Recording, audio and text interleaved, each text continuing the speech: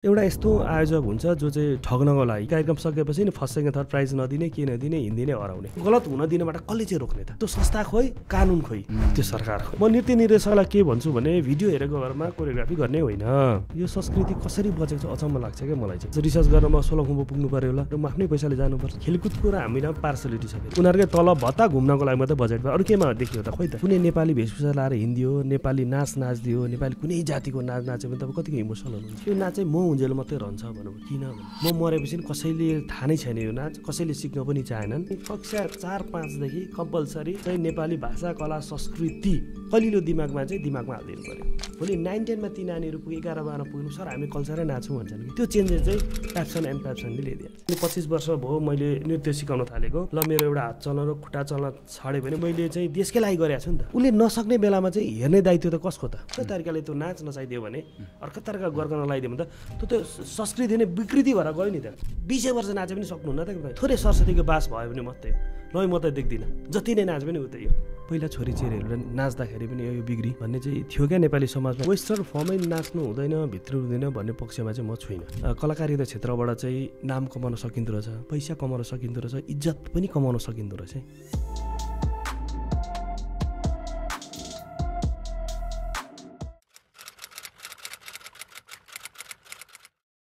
Okay, नमस्कार दाइ।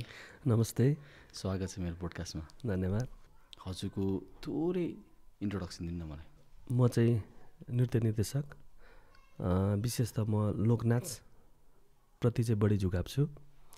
लोकनाचहरू खोज्ने, अनुसन्धान गर्ने, खोजेका कुराहरूलाई नेपालमा छरिएका नृत्य निर्देशकहरूलाई, नेपालमा छरिएका नृत्यकारहरूलाई चाहिँ त्यो आफूले सिकेको कुरा चाहिँ यो लोकनाच यस्तो हुँदो रहेछ, यसरी नाचिँदो रहेछ, यस्तो वेशभूषा लाइँदो रहेछ, यो समयमा नाचिँदो रहेछ भन्ने कुराको चाहिँ कार्यशाला दिन्छु र विभिन्न अब राष्ट्रिय तथा जिल्ला स्तरीय प्रदेशीय प्रतियोगिताहरूमा चाहिँ प्याप्सन एन्ड प्याप्सन लगायतका संस्थाले चाहिँ अर्गनाइज गरेको कार्यक्रमहरूमा चाहिँ म निर्णायक पनि बस्ने गरेको छु।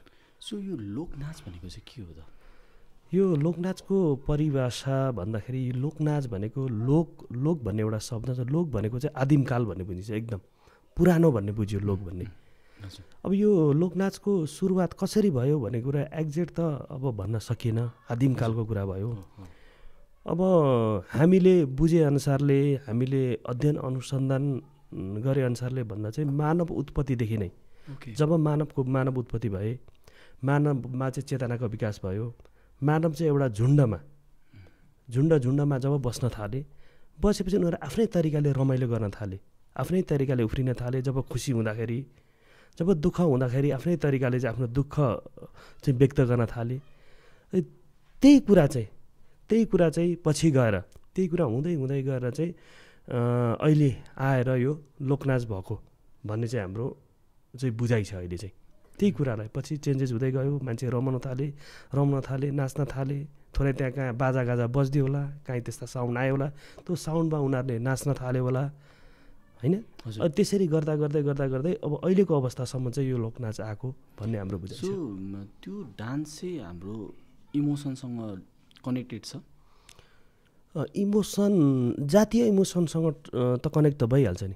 जस्तै कस्तो हुन्छ भने तपाईँ एउटा गुरुङ हुनुहुन्छ, भोलि गएर एउटा गुरुङ ड्रेसमा चाहिँ सोरठी नाच्दै गरेको देख्नुभयो भने, गुरुङ ड्रेसमा चाहिँ एउटा कौडा नाच्दै गरेको देख्नुभयो भने, एउटा गुरुङ भाषा बोलेर चाहिँ उनीहरूले चाहिँ एउटा केही त्यस्तो आफूसँग टच भएका भाषा, संस्कार, संस्कृति, परम्परा जोडेर केही गर्दछ भने आफूलाई त थोरै मन त चस्सको घुच्दैन र घुच्छ नि। त्यो इमोसन त अटोमेटिकली टच भएको हुन्छ। अर्को इमोसन कहाँ टच भएको हुन्छ भने जस्तै जति पनि जातीय नृत्यहरू छन् त्यो त नेपाली सम्पत्ति हो, त्यो सम्पत्ति हो। पनि जति पनि जस्तै अब अझै पनि इमोसनल टच कहाँ हुन्छ भने जस्तै तपाईँ विदेश जानुभयो, विदेश जाँदाखेरि भनेको त तपाईँले त्यहाँ अरू नै प्रकारका मान्छेहरू देख्नुभयो। त्यहाँ कुनै नेपाली वेशभूषा लाएर हिँडिदियो, नेपाली नाच नाचिदियो, नेपाली कुनै जातिको नाच नाच्यो भने तपाईँ कतिको इमोसनल हुनुहुन्छ? एकपल्ट तपाईँ देश सम्झनुहुन्छ, देशको भाषा, संस्कृति, परम्परा सम्झिनुहुन्छ, तपाईँ त्यति आँसु झर्छ त्यतिखेर चाहिँ। त्यतिको इमोसनल टच छ। सो यो कुरा चाहिँ जस्तै नेपालबाट कतिजनाहरू विदेशको जानु भइरहेछ होइन, उहाँहरूले त मिस गर्नुहुन्छ होला नि त त्यो कुराहरू त एकदमै। सबैभन्दा बढी मिस विदेशमै हुन्छ। म पनि विदेश गएको छु। हजुर। अहिले हामीलाई जस्तै हामी यहाँ छौँ, हामीलाई हाम्रो चिजको भ्यालु छैन कि छैन नि। अहिले जहाँ जे छ अगाडि छ त्यो भ्यालु हुँदैन। जब त्यो कुरालाई हामी छोडेर जब टाढिन्छौँ नि त्यसपछि चाहिँ भ्यालु हुँदो रहेछ कि। अब त्यो चाहिँ कस्तो हुन्छ भने कुनै पनि कुरा कस्तो हुन्छ देखिरहेको हुन्छ, हरेक भइरहेको कुरा यी नजिकै छ भने त्यति वास्तव केही कुरा पनि हुँदैन रहेछ कि। जब विदेश गएपछि चाहिँ आफ्नो चाहिँ जब छोडेर गएपछि देशको माया हुने, देशको भाषा संस्कृति परम्पराको चाहिँ माया हुने त्यो हुँदो रहेछ अटोमेटिकली। यो चाहिँ सबैलाई हुने कुरै रहेछ। त्यो चाहिँ इमोसनल टच भएरै हो, त्यो चाहिँ आफ्नोपन भएर हो, आफ्नो चिज भएर चाहिँ त्यो हुँदो रहेछ।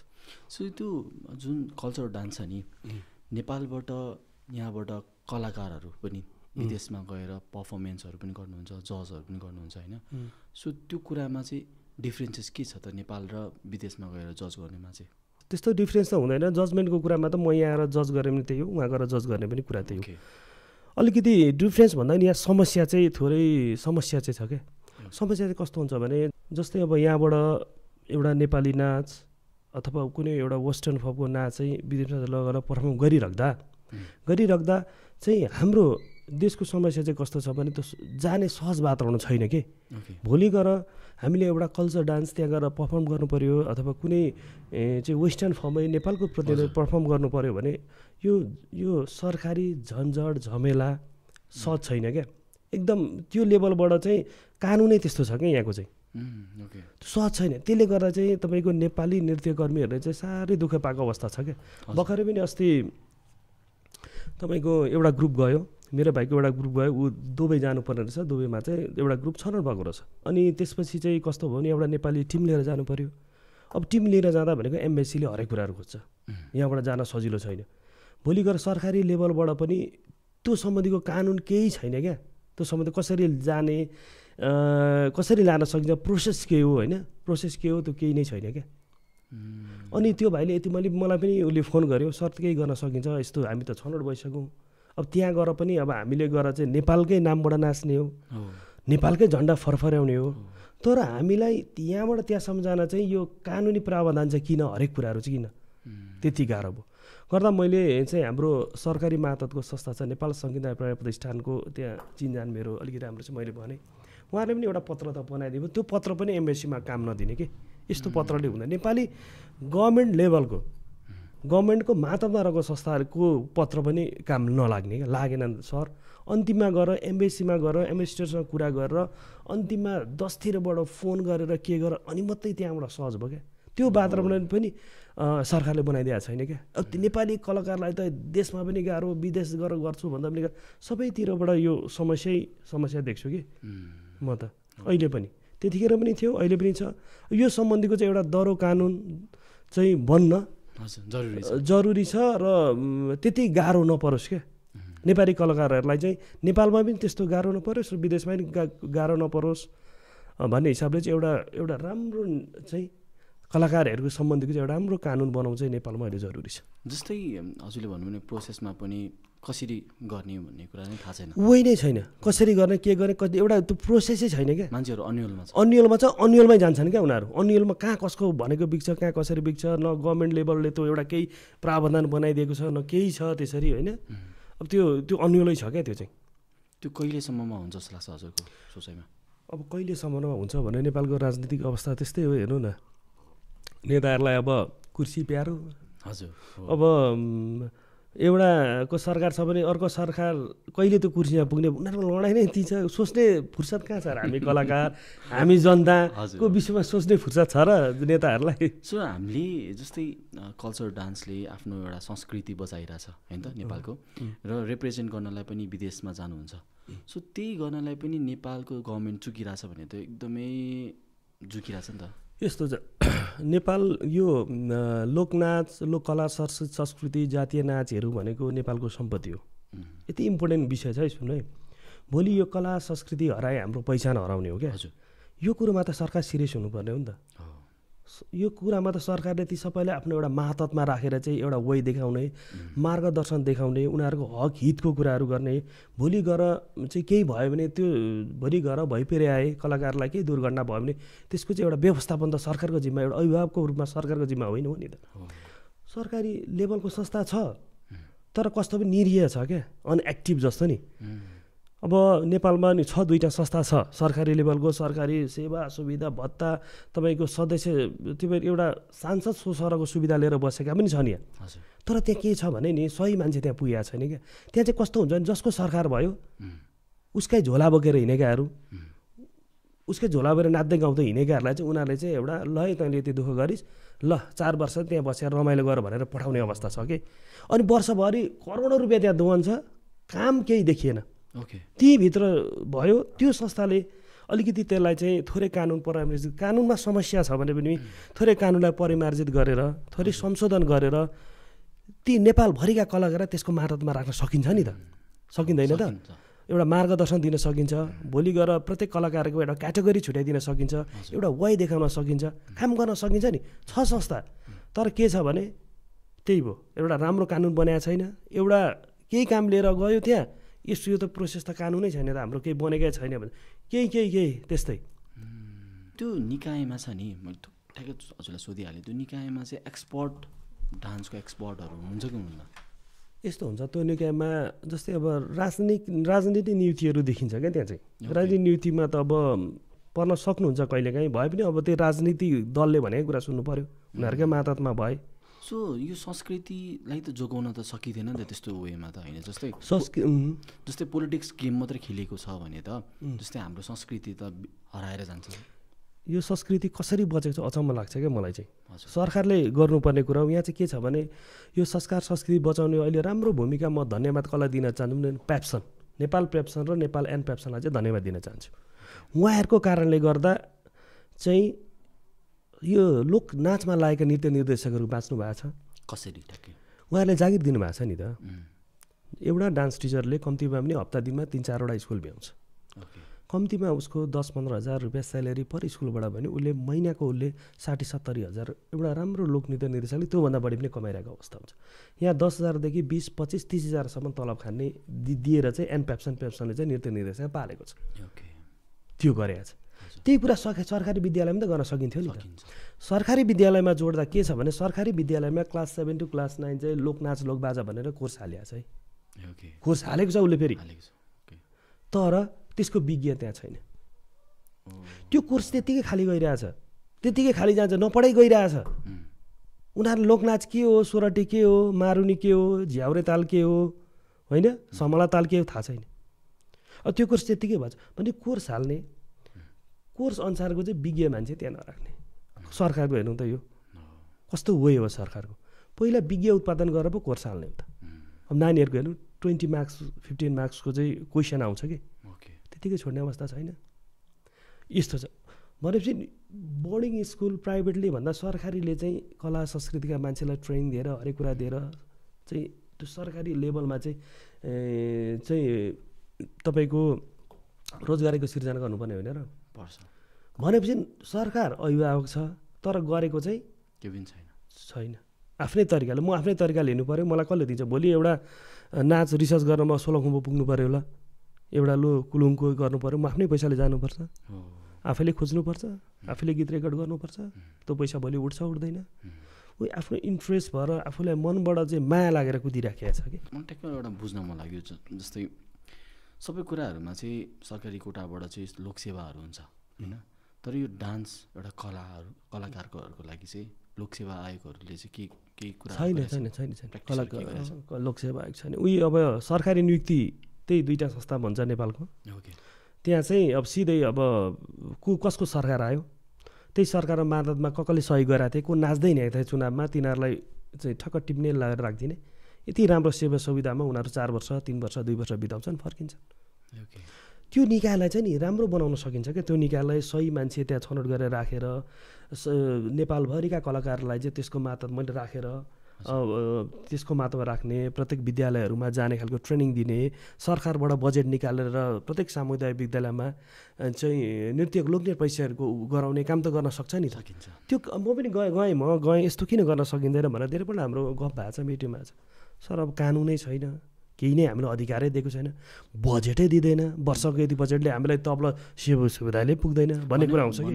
जस्तै बजेट चाहिँ पारित हुन्छ, बजेट यस्तो हुन्छ, बजेट पारित केमा हुन्छ भने उनीहरूकै भत्ताहरूमा मात्रै, उनीहरूकै तलब भत्ता घुम्नको लागि मात्रै बजेटमा अरू केमा देखियो त खोइ त थोरै केही हुन्छ होला त्यो यसो देखाएर टालटुलको वातावरण मात्रै। सो आउने बालबच्चाहरू चाहिँ जस्तै अब म कलाकार भन्छु म फोटोग्राफर म बन्छु भन्ने एउटा ड्रिम बोकेको हुन्छ नि सपना बोकेको हुन्छ त्यो पुरा हुन कतिको गाह्रो छ कि सजिलो छ कि के छ? ड्रिम मात्रै बोकेर हुँदैन होइन ड्रिम बोकेर यदि ऊ सबैको सक्सेस पनि हुँदैन नि त ड्रिम त सबै सक्सेस पनि हुँदैन ड्रिम बोकेर आउन ठिक छ राम्रो छ माहौल होइन यो एउटा यस्तो पेसा हो रमाइ गर्ने खालको पेसा हो कि एकदम यहाँ गाह्रो छैन। हामी कुनै पनि पेसा चाहिँ कसरी राम्रो सजिलो हुँदो रहेछ भने कुनै पेसामा आफू चाहिँ भिज्न सक्यो त्यो पेसामा रमाउन सक्यो भने चाहिँ बरु थोरै कमाउन आफू त रमाएर बाँच्यो नि त। यो नृत्य पेसा चाहिँ एकदम रमाएर नाचेर नाचगान भनेको एउटा रमाइलो पेसा नाचगान गाएरै रमाइलो गरेर पैसा कमाउनु राम्रो उयो हो नि त। यदि तपाईँहरू लाग्नुहोस् राम्रो छ होइन तर भोलि गएर अझै सरकारले पनि हामीलाई सपोर्ट गरिदियो भने चाहिँ त्यो सुनमा सुगन्ध हुन्छ। सो यो मलाई एउटा एकदमै जान्न मन लागेको कुरा चाहिँ नेपालमा चाहिँ कल्चरल डान्स छ नि त्यसमा चाहिँ भित्रभित्र हामी जान सक्छौँ जस्तै अब सबै कल्चरको आफ्नो एउटा पहिचान छ नि त सो मलाई एकचोटि त्यसको बारेमा थोरै भनिदिनुहोस् न। जस्तै हामी जान सक्छौँ जस्तै नेपालमा कम्तीमा पनि 130-35 जातिहरू छन् होइन ती जातिभित्र आफ्नो संस्कार छ आफ्नै भाषा छ आफ्नै संस्कार संस्कृति छ आफ्नै नाचहरू छन्। त्यहाँ मेरो हिसाबमा कम्तीमा पनि 140 जातिगत 400-500 लोकनाचहरू छन् कि लोकनाच 500 सबै छन् कति हराएर गइसके लोप भइसक्यो लोप त कति भइसके जस्तै उदाहरण म आफै अस्ति एउटा जापानमा एउटा मुन्डा जातिको चाहिँ एउटा रिसर्च थियो मुन्डा जातिको रिसर्चमा चाहिँ म त्यहाँ गएँ त्यहाँ एउटा समूह पनि भेला भएको थियो त्यो मध्येमा अनि त्यसपछि मैले त्यहाँ चाहिँ सोधखोज भन्यो यो नाच के हो कसरी हो मुन्डा जाति के हो कस्ता त्यो सोधखोजको क्रममा म त्यहाँ गएँ मैले एउटा पुस्तक पनि एउटा निकाल्ने तयारीमा छु त्यो सिलसिलामा त्यहाँ पुगेको थिएँ त्यसमा एउटा मुन्डा चाहिँ जाति र मुन्डा जातिको परिचय र नाचको परिचय राख्नु भनेर चाहिँ फाइनल रिसर्चको लागि जाँदाखेरि चाहिँ त्यहाँ एकजना बुढो मान्छे भेटेँ उहाँले के भन्नुभयो भने यो नाच जति पनि हामी नाच्दैछौँ अहिले यो नाच चाहिँ म हुन्जेल मात्रै रहन्छ भन्नुभयो किन भने म मरेपछि कसैले थाहा नै छैन यो नाच कसैले सिक्न पनि चाहेनन् सबै अब वेस्टर्नाइज भयो विदेशी प्रभाव हो मोडर्न नाच्छन् के नाच्छन् म हुन्जेल यो नाच रह्यो म गएपछि नि सक्यो यो नाच भनेपछि त लोप भयो नि त उहाँपछि त लोप भएन त त्यस्तै अर्को किसान जातिको मैले उयो गरेँ जहाँ जोगी किसान भन्ने हुनुहुन्छ त्यस्तै उहाँ पनि बुढो भइसक्नुभयो उहाँपछि हरेक कुरा हामी जानकारी लिन उहाँसँगै जान्छौँ सबै गर्छौँ उहाँपछि के होला भन्छु क्या म चाहिँ त्यस्तो हुन्छ क्या सो धेरै लोप हुन लागिसकेको छ है धेरै लोप हुन लागिसकेको छ। यो मेन कारण चाहिँ के हुन्छ? मेन कारण भनेको चाहिँ कस्तो भने प्राइभेट रूपमा हामीले त्यो खर्च गरेर त्यो खोज्ने अनुसन्धान गर्ने सबैको उयो गर्ने गाह्रो हुन्छ हामीलाई प्राइभेट रूपमा चाहिँ डकुमेन्ट तयार गर्न गाह्रो हुन्छ र अहिलेको बालबच्चाहरू पनि त्यो आफ्नो चाहिँ कस्तो भने बाह्य संस्कृतिमा रमाए नि त बाह्य नाचहरूमा रमाए उयो गरे आफ्नो संस्कृति चिन्न सकेनन् बुझ्न सकेनन् चाहेनन् के आउँदो पिँढीहरूले मुख्य कारण त्यही नै हो। भोलि गएर यसलाई चाहिँ के गर्नुपर्ने सरकारी लेभलबाटै प्रत्येक बच्चाहरूको चाहिँ सानैदेखि मानसपटलमा नै चाहिँ हाम्रो संस्कार संस्कृति परम्परा भाषा भन्ने कुरा बच्चादेखि छिराउनुपर्छ कि इम्पोर्टेन्स सानैदेखि बताउनुपर्छ कि त्यत्रो कोर्सहरू पढाइन्छ कम्तीमा पनि क्लास 4-5देखि लोकनाच लोकबाजा हाम्रो जातीय परम्परा जातीय वेशभूषा चाहिँ नानीहरूलाई चाहिँ पढाउँदै जाने भने उनीहरूलाई इम्पोर्टेन्स बुझाउँदै जाने भने अनि चाहिँ बुझ्छन् कि। मैले ठ्याक्कै एउटा प्रसङ्गमा सोधिहालेँ जस्तै हजुर बच्चा बेलामा हजुरको पढाइ र अहिलेको पढाइ जुन कल्चर डान्स जस्तै एक्स्ट्रा एक्टिभिटिजहरू गराएर हुन्छ नि त स्कुलमा अहिले होइन सो पहिलाको र अहिलेकोमा के डिफ्रेन्सेसहरू पाइराख्नु छ हजुरले? धेरै डिफ्रेन्स छ नि जस्तै पहिला भनेको हाम्रो स्कुलहरूमा त्यसरी डान्स टिचर हुँदैन थिए हामीलाई कौडा के हो मारुनी के हो सुरठी के हो थाहा थिएन तर अहिले त प्राय विद्यालयमा डान्स म्युजिक हुन्छ।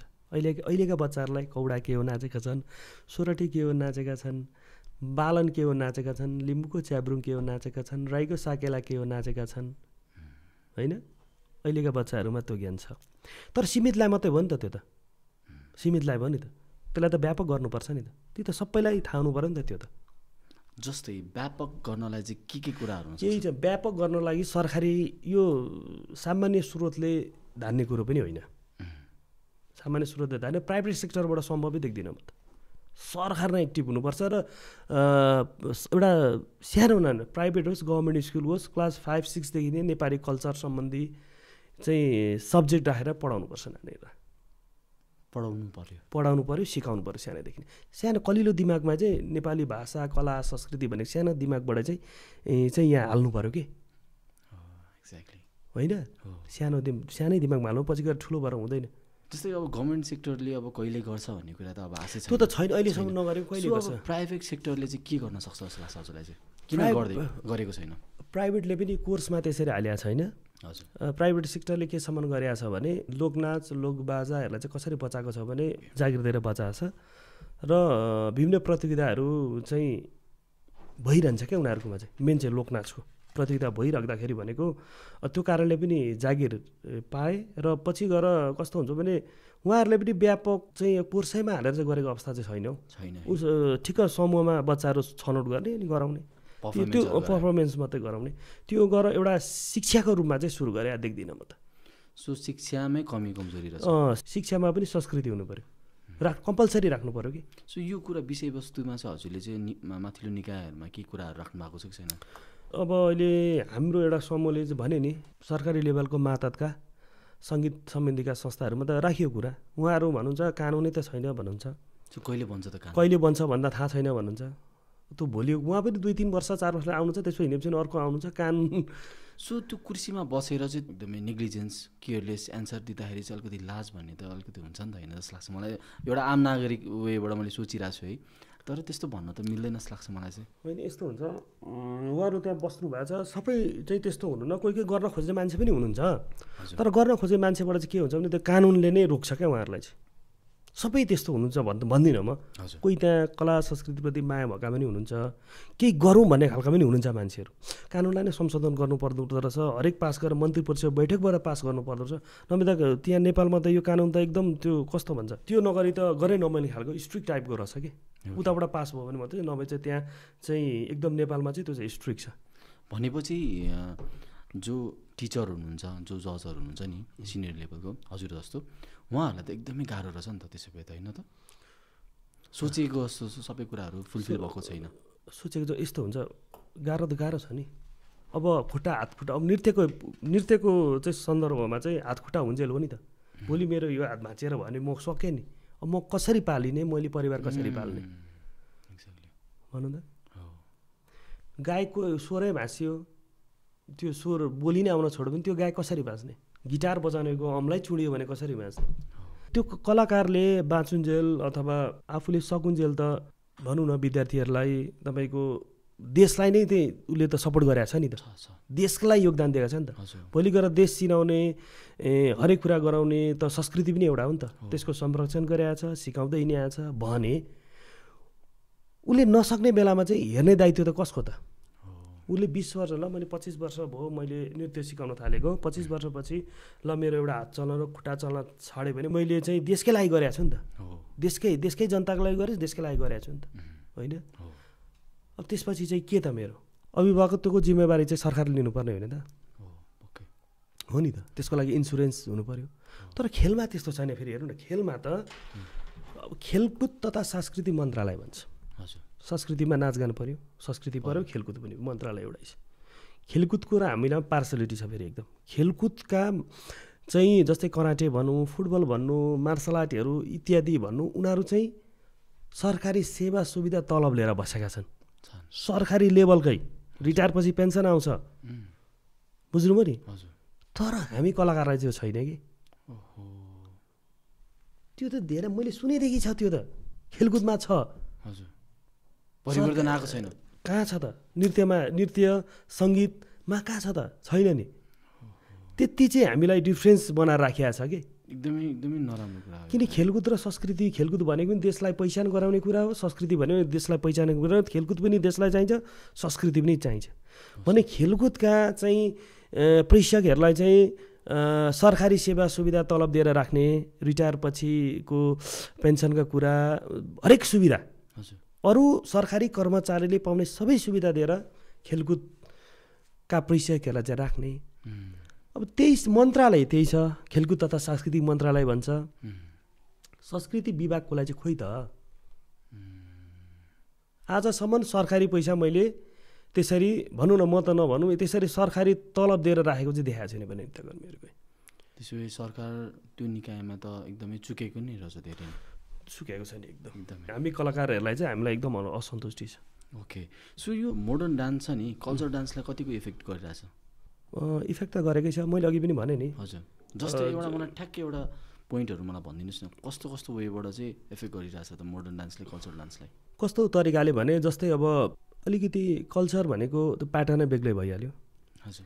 अहिले भनेको जति हामी चाहिँ जमानामा हामी कस्तो थियौँ परिवर्तन हुँदै अलि वेस्टर्न जस्तोमा आइपुग्यौँ नि। अब पहिलाका दह्रो सोरा लाएर हिँड्थ्यो, अहिले हामीलाई मन लाग्दैन तपाईँ यो ड्रेसमा हुनुहुन्छ म यो ड्रेसमा छु भनेपछि उनीहरू पनि जब परिवार चाहिँ चेन्जेस हुँदै आए, त्यो मानव विकास चेन्जेस हुँदै हुँदै अहिलेको अवस्था आउँदा भनेको अहिले उनीहरूलाई पनि त्यस्तै चेन्जेस भयो। त त्योभन्दा चाहिँ अलिक वेस्टर्नै हुन मन लाग्छ क्या अहिलेको नानीहरूलाई। वेस्टर्नै लुगा लाउनु छ, वेस्टर्नै नाच्न मन छ, पबमा जान मन लाग्छ, त्यसले असार पारो नि त हो। त्यो कुरा चाहिँ नहुनको लागि एउटा एकमात्र मैले देखेको भनेको चाहिँ कक्षा 4-5देखि कम्पलसरी चाहिँ नेपाली भाषा कला संस्कृतिका कुराहरू चाहिँ सानैमा कलिलो दिमागमा हालिदिनु पऱ्यो। ठ्याक्कै मैले एउटा भनिहालेँ, जस्तै अब यहाँबाट रिप्रेजेन्ट गरेर विदेशमा गएर इन्टरनेसनली डान्स गर्नु पऱ्यो भने हाम्रो यहाँ कल्चर डान्स फोक डान्सहरू चाहिँ गरेर पर्फर्मेन्स गऱ्यो भने त तिनीहरूले नबुझ्न सक्छ नि त। सो यो हामीले कसरी चिनाउन सकिन्छ त त्यसो भए इन्टरनेसनली?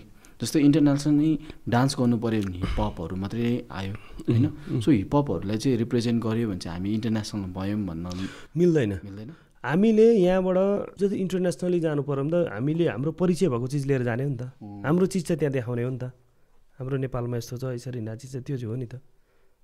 भनेपछि हामीले इन्टरनेसनली चाहिँ प्रेजेन्ट हुन जाँदा त हाम्रो यहाँको चिज देखाउने नि, त्यहाँको चिज त देखेकै छ नि उनीहरूले। हजुर, हामीले त यहाँको चिज लगेर देखाउने हो नि त।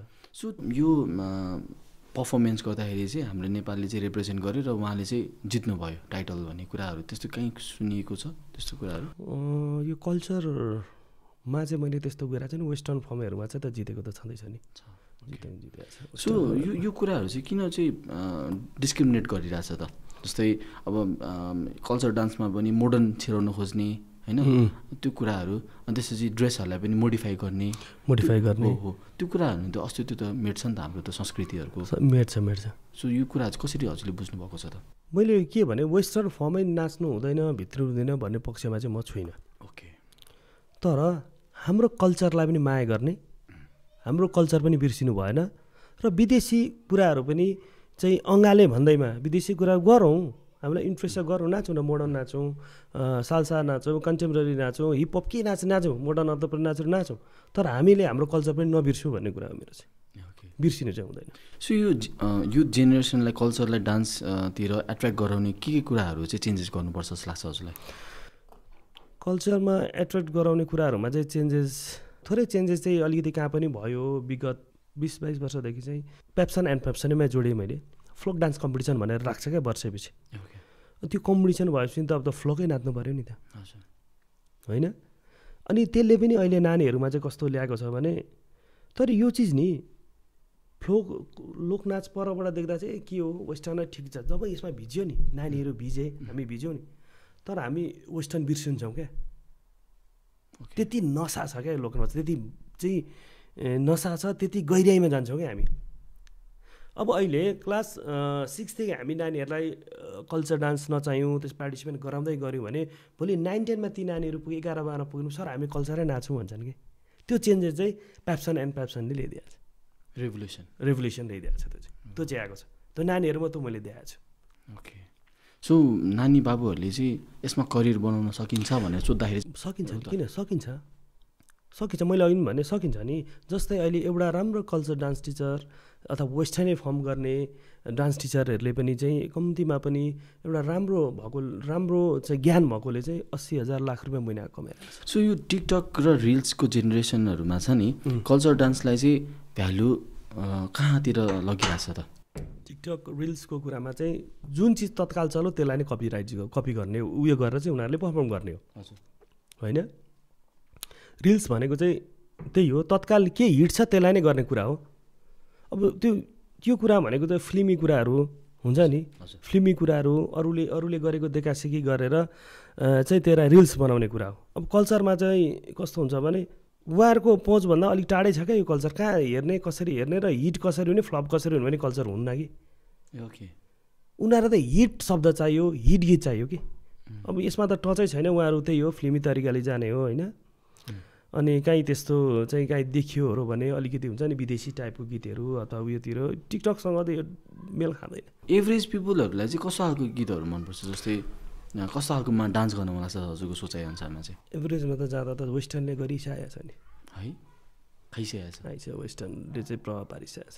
एभरेजले सबै उयो त्यही हो, अब डिक्चिक टाइपको गइहाल्यो नि। तपाईँ गाउँ जाने भने जस्तै तपाईँ गण्डकी प्रदेशका अति भित्री गुरुङ बस्ती जानु, मगर बस्ती जानु, थारूहरूको चाहिँ भित्री जानु भने त्यहाँ चाहिँ भनेको प्रभाव पारेको छ नि। त्यहाँ चाहिँ अहिले पनि परम्परा, रोदी घरको अहिले पनि परम्परै छ।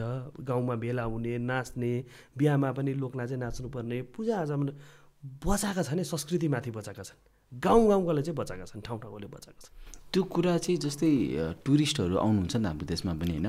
अब जस्तै अब पोखरामा अनि त्यसपछि हाम्रो यता चितवनहरूतिर पनि जानुहुन्छ, त्यतातिर हजुरले भन्नु नि थारू डान्सहरू होइन, यता गुरुङ डान्सहरू, त्यो कुराहरूले पनि जोगाइरहेछ जस्तो लाग्छ हजुरलाई त्यो टुरिस्ट? हो, त्यसले पनि एउटा आयस्रोतको बाटो बनाएको छ नि त। हजुर, जातिहरूलाई ती गाउँका जातिहरूलाई आयस्रोतको बाटो बनाएन त।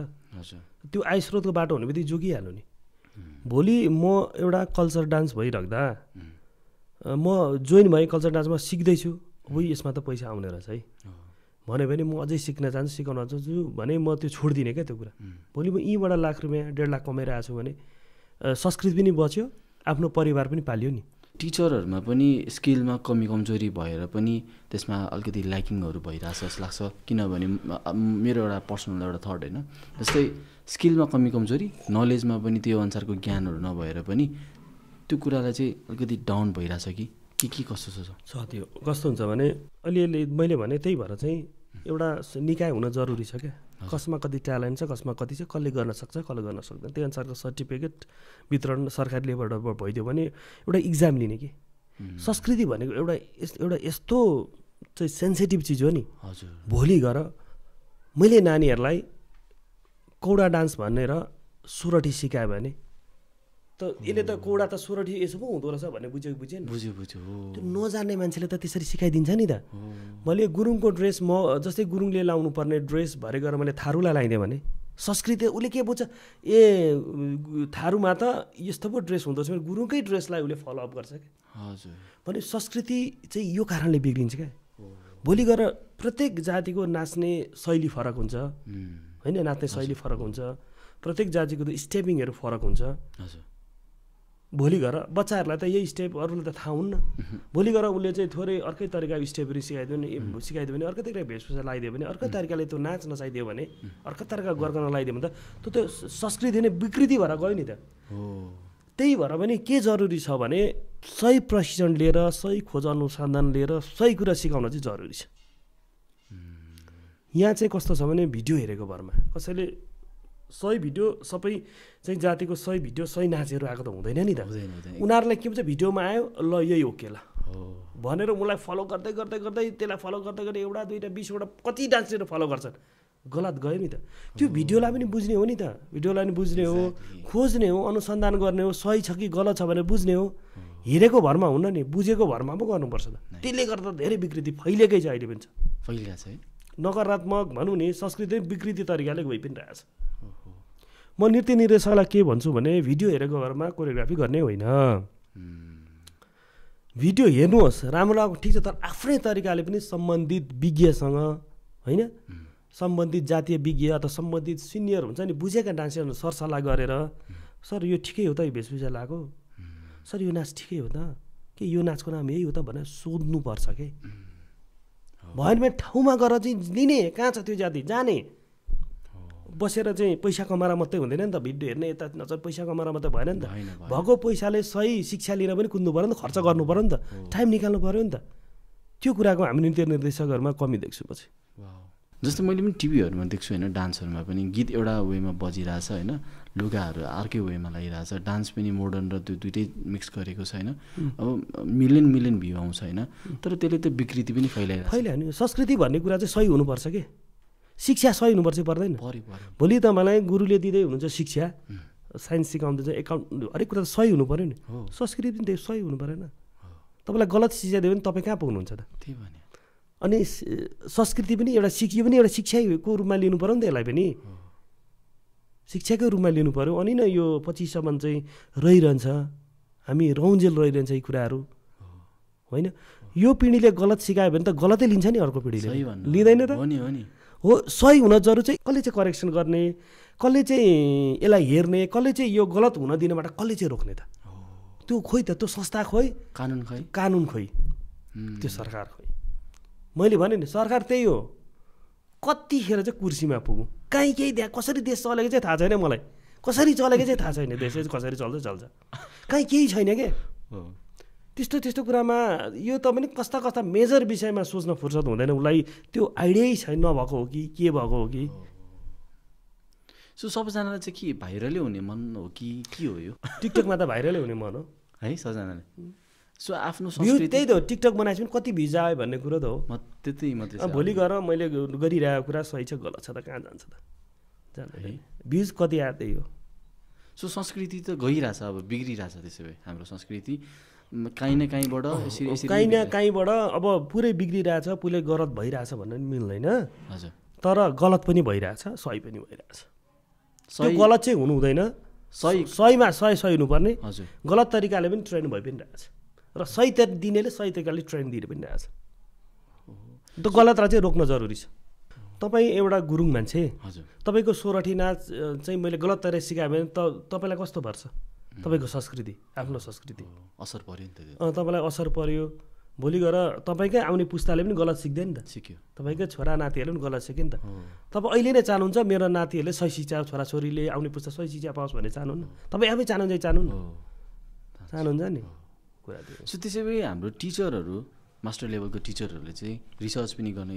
एकदमै आवश्यक छ एकदम लोकनाचमा अरूको हेरेको भरमा भिडियो हेरेको भरमा लोकनाच नसिकाइदिनु होला त्यो हेर्नु मन पर्यो सिकाउनु तर खोज अनुसन्धान गर्न जरुरी छ हरेक कल्चरको हिस्ट्री पनि थाहा हुनु पर्यो नि हिस्ट्री थाहा हुनु पर्यो भोलि गएर नानीहरूलाई त्यो हिस्ट्री सही सिकाउँदा कति इफेक्टिभ हुन्छ म भोलि गएर लिम्बूको च्याब्रुङ सिकाउँछु नानीहरूलाई ल नानी यो च्याब्रुङ भनेको चाहिँ यो बाजाको नाम हो च्याब्रुङ यो ढोलको नाम च्याब्रुङ हो यो नाच चाहिँ विवाहमा नाचिन्छ यो नाचमा यस्तो वेशभूषा हुन्छ यो चाहिँ लिम्बू जातिको चाहिँ प्रमुख नाचमा पर्छ भनेर मैले नाच सुरु गरिराख्दा नानीले केही कुरा त यो त लिम्बू जातिको नाच पो रहेछ त यो च्याब्रुङको अर्थ त ढोल नाच पो रहेछ त होइन यसमा त यस्तो वेशभूषा पो लाग्दो त्यति त ज्ञान भयो नि त होइन अनि त्यसपछि सिकाउनु सामान्य नलेज हुनु त जरुरी छ नि जाने नचाउने होइन नि त उद्देश्य त्यो होइन नि त नानीहरूलाई संस्कृति चाहिँ उनीहरूको दिमागभित्र यो कल्चर छिराउनु पर्यो नि त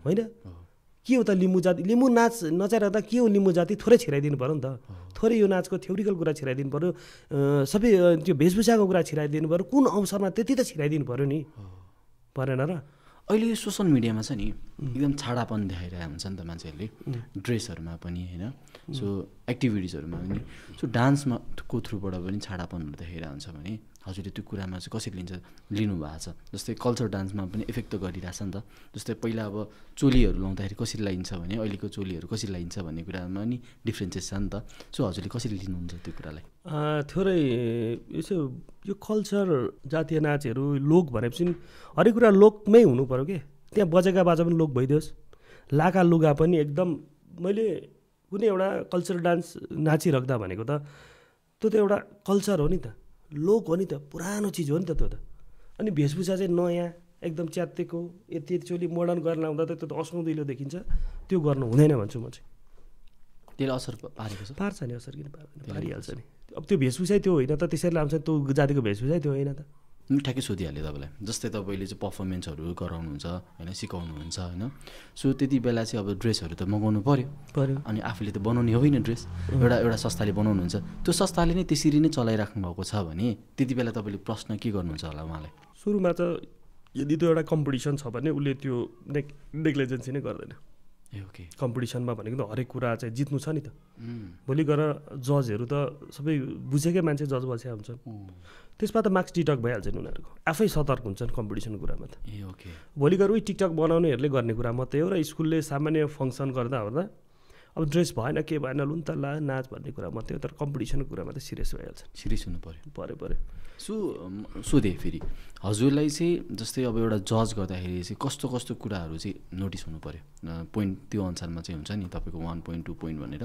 सो के आधारमा चाहिँ पोइन्टहरू चाहिँ स्कोर बढ्दै जान्छ जस्तै लोकनाच गरिसक्दा भनेको त त्यो एउटा लोकनाचै हुनु पऱ्यो गीत लोक हुनु पऱ्यो सुरुमा गीतै हुनु पऱ्यो गीतै त्यो लोकगीत हुनु पऱ्यो लोकगीत कौडा नादा कौडै गीत हुनु पऱ्यो त्यहाँ मोडर्नाइज तरिकाको बाजाहरूको मिश्रण पनि हुनु भएन त्यहाँ लोक बाजाहरू नै भरिसक्यो लोक बाजै हुनु पऱ्यो त्यो सो त्यसो भए डान्सरलाई चाहिँ डान्सको मात्रै नलेज होइन कि लोकको पनि लोकगीतको पनि गीतको पनि नलेज हुनु पऱ्यो नि पहिला डान्सरले त थाहा पाउनु पऱ्यो म तपाईँलाई 2-4वटा गीत बजाइदिन्छु तपाईँ गुरुङ समुदाय बजाइदिन्छु अनि तपाईँलाई चाहिँ नलेज त हुनु पऱ्यो नि त नचाउँदा त पहिला गीतै सुनेर छुट्टिने हो नि त लिम्बूको च्याब्रुङ के हो राईको साकेला के हो होइन गुरुङको सोरठी के हो मगरको भूमे नाच के हो त गीतबाट पहिला छुटाउन सक्नु पऱ्यो नि त कोरियोग्राफरले त्यो नलेज त पहिला हुनै पऱ्यो सो डान्सर बन्नुभन्दा अगाडि सुरुमा त गीतको नलेज त्यो हुँदै सुन्दै त्यो अटोमेटिकली भइहाल्छ त्यो लागिराख्दा पछि गएर त्यो हरेक कुरा फरक हुन्छ नि त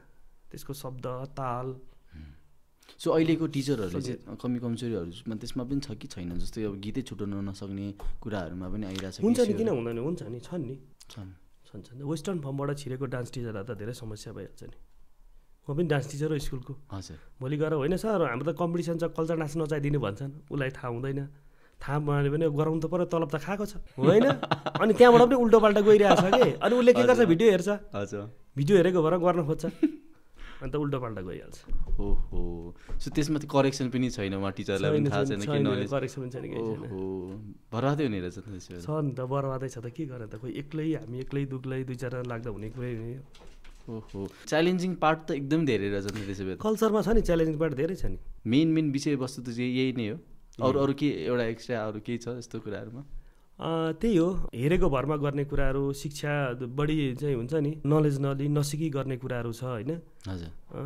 त्यही हो मुख्य कमजोरी त त्यही हो हजुरले कस्तो खतरा कुरा भन्नुभयो जस्तै अब स्कुलमा चाहिँ तलब खाएको छ उसलाई त अब एनी हाउ सिकाउनु त पर्यो अब अर्को मान्छे उसले ल्याउँदैन यहाँ तलब दिइरहेको छ फेरि अर्को किन आउँछ स्कुलले के भन्छ पैसा एक्स्ट्रा कसरी गर्ने त्यहाँ पनि तलब दिने एक्स्ट्रा पनि अर्को ल्याएर त हुँदैन सर जस्तो हुन्छ सिकाउनु न ए हो अब सिकाउनु त पर्यो अब उसले अर्को मान्छे ल्याउनु पर्यो होइन अर्को ल्याउनु पर्यो हुन्छ गोजीको पैसा उसले दिनु पर्यो तलब छ 10,000 उसलाई 20,000 दिनुपर्छ हजुर विकल्प के त भिडियो हेर्ने हो दिने हो भिडियो सही छ छैन उसलाई थाहा छैन उसलाई थाहा नै हुँदैन यो कौडा के मार्नु केही थाहा हुँदैन उसलाई थाहा नै छैन भने त कसरी छुट्याउन सक्छ त यो गुरुङको कि भेषभूषै थाहा छैन भने के थाहा हुन्छ त्यो गुरुङको लागो कि मगरको लागो कि थारू क्या थाहा हुन्छ ओहो अनि रहेछ त्यो पनि है स्कुलमा पनि सो स्कुलमा पनि त्यस्तो पनि व्यापक रूपमा भइरहेछ है त्यो पनि है सो अब यो कम्युनिटीहरूमा छ नि डान्स पर्फर्मेन्सहरू छ नि पावरफुल डान्स कल्चरमा चाहिँ कुन चाहिँ एउटा एकदम चर्चित भनौँ न एउटा यस्तोमा पावरफुल यो चर्चित भन्ने कुरा चाहिँ हुँदैन सबैको आफ्नो विशेषता छ गुरुङको नाचको गुरुङको आफ्नो विशेषता छ भोलि गएर थारूभित्रका नाचहरू छन् आफ्नै विशेषता लिम्बूको शैली आफ्नै तरिका कुनै स्लोमा नाचिन्छ कुनै फास्टमा नाचिन्छ होइन कुनै घुमेर नाचिन्छ कुनै बसेर उफ्रेर नाचिन्छ सबैको आफ्नो विशेषता छ क्या नाचको चाहिँ यसमा चाहिँ हामीले यसको राम्रो त्यसको राम्रो भन्नै मिल्दैन सबैलाई आफ्नो माया छ सबैलाई आफ्नो जातीय नाच आफ्नो सबैलाई माया हुन्छ अब चलिआएको नाचहरू भन्दा चाहिँ अहिले मारुनीहरू भयो झ्याउरे नाच मारुनीहरू चाहिँ अहिले धेरै अगाडिदेखि सबैले सुनेका चलेर आएको नाच चाहिँ झ्याउरे मारुनी टाइपका नाचहरू छन् अलिअलि त्यस्तै ओके अनि पूर्वतिरको गुरुङहरूले नाच्ने डान्स र यता पश्चिमले डान्सहरू चाहिँ के फरक हुन्छ कि एउटै हुन्छ यो जातीय कुराहरूमा के हुन्छ भने नि जस्तै यो पनि एउटा जात हेरेर पनि हुन्छ कहीँ त्यो फरक हुन्छ त्यो त्यहाँको भौगोलिक हिसाबले त्यहाँको त्यो वातावरणले पनि फरक हुन्छ फरक हुनसक्छ जस्तै ठ्याक्कै बुझाउन सक्नुहुन्छ हजुरले त्यो कस्तो हुन्छ भने लिम्बूतिर जाउँ तपाईँको ताप्लेजुङमा नाच्ने लिम्बू र ती मुनि झर्नु 5 थरको लाग्ने लिम्बूको नाचै फरक हुन्छ त्यहाँ कुसरपा भन्छ त्यसलाई स्टेपहरू कुसरपा भन्छ साधारण चाल भनियो त्यो चालै फरक हुन्छ क्या उनीहरूको त्यो ढोल बग्ने तरिका नै फरक हुन्छ तीको ती पनि भनेपछि फरक हुन्छ जस्तै ताप्लेजुङकाले थोरै डाउन गरेर ढोल बोक्छ कसैले अप गरेर बोक्छ नि अरूतिरकाले अनि नचाइमा पनि होइन नचाइमा पनि स्टेपमा पनि फरक हुन्छ काउन्टमा फरक हुन्छ सो त्यो ढोल पनि माथि तलले पनि डिटर्माइन होइन त्यो गर्छ, त्यसले छुट्याउँछ नि, छुट्याउँछ नि। बोकाइमा हरेक मादल बोकाइमा फरक हुन्छ, ढोल बोकाइमा फरक हुन्छ, राईले बोक्ने तरिका के, लिम्बूले कसरी बोक्ने, उठाउने कि यता गर्ने कि सिधा बोक्ने कि फरक हुन्छ नि। यो कुरा चाहिँ नेपालमा पनि भित्रभित्र फरक हुन्छ भने जस्तै हाम्रो नजिक छिमेकी राष्ट्र इन्डिया होइन, सो दार्जिलिङको नेपाली र यता हाम्रो इलाम पाँचथर तपाईँले भन्नुभयो नि, त्यहाँको कुरामा चाहिँ पुरै डिफ्रेन्टै हुन्छ कि के कस्तो छ? यस्तो हुन्छ, यहाँ अलिक राम्रो चाहिँ प्रश्न लाग्यो मलाई। यो चाहिँ कस्तो हुन्छ भने नि,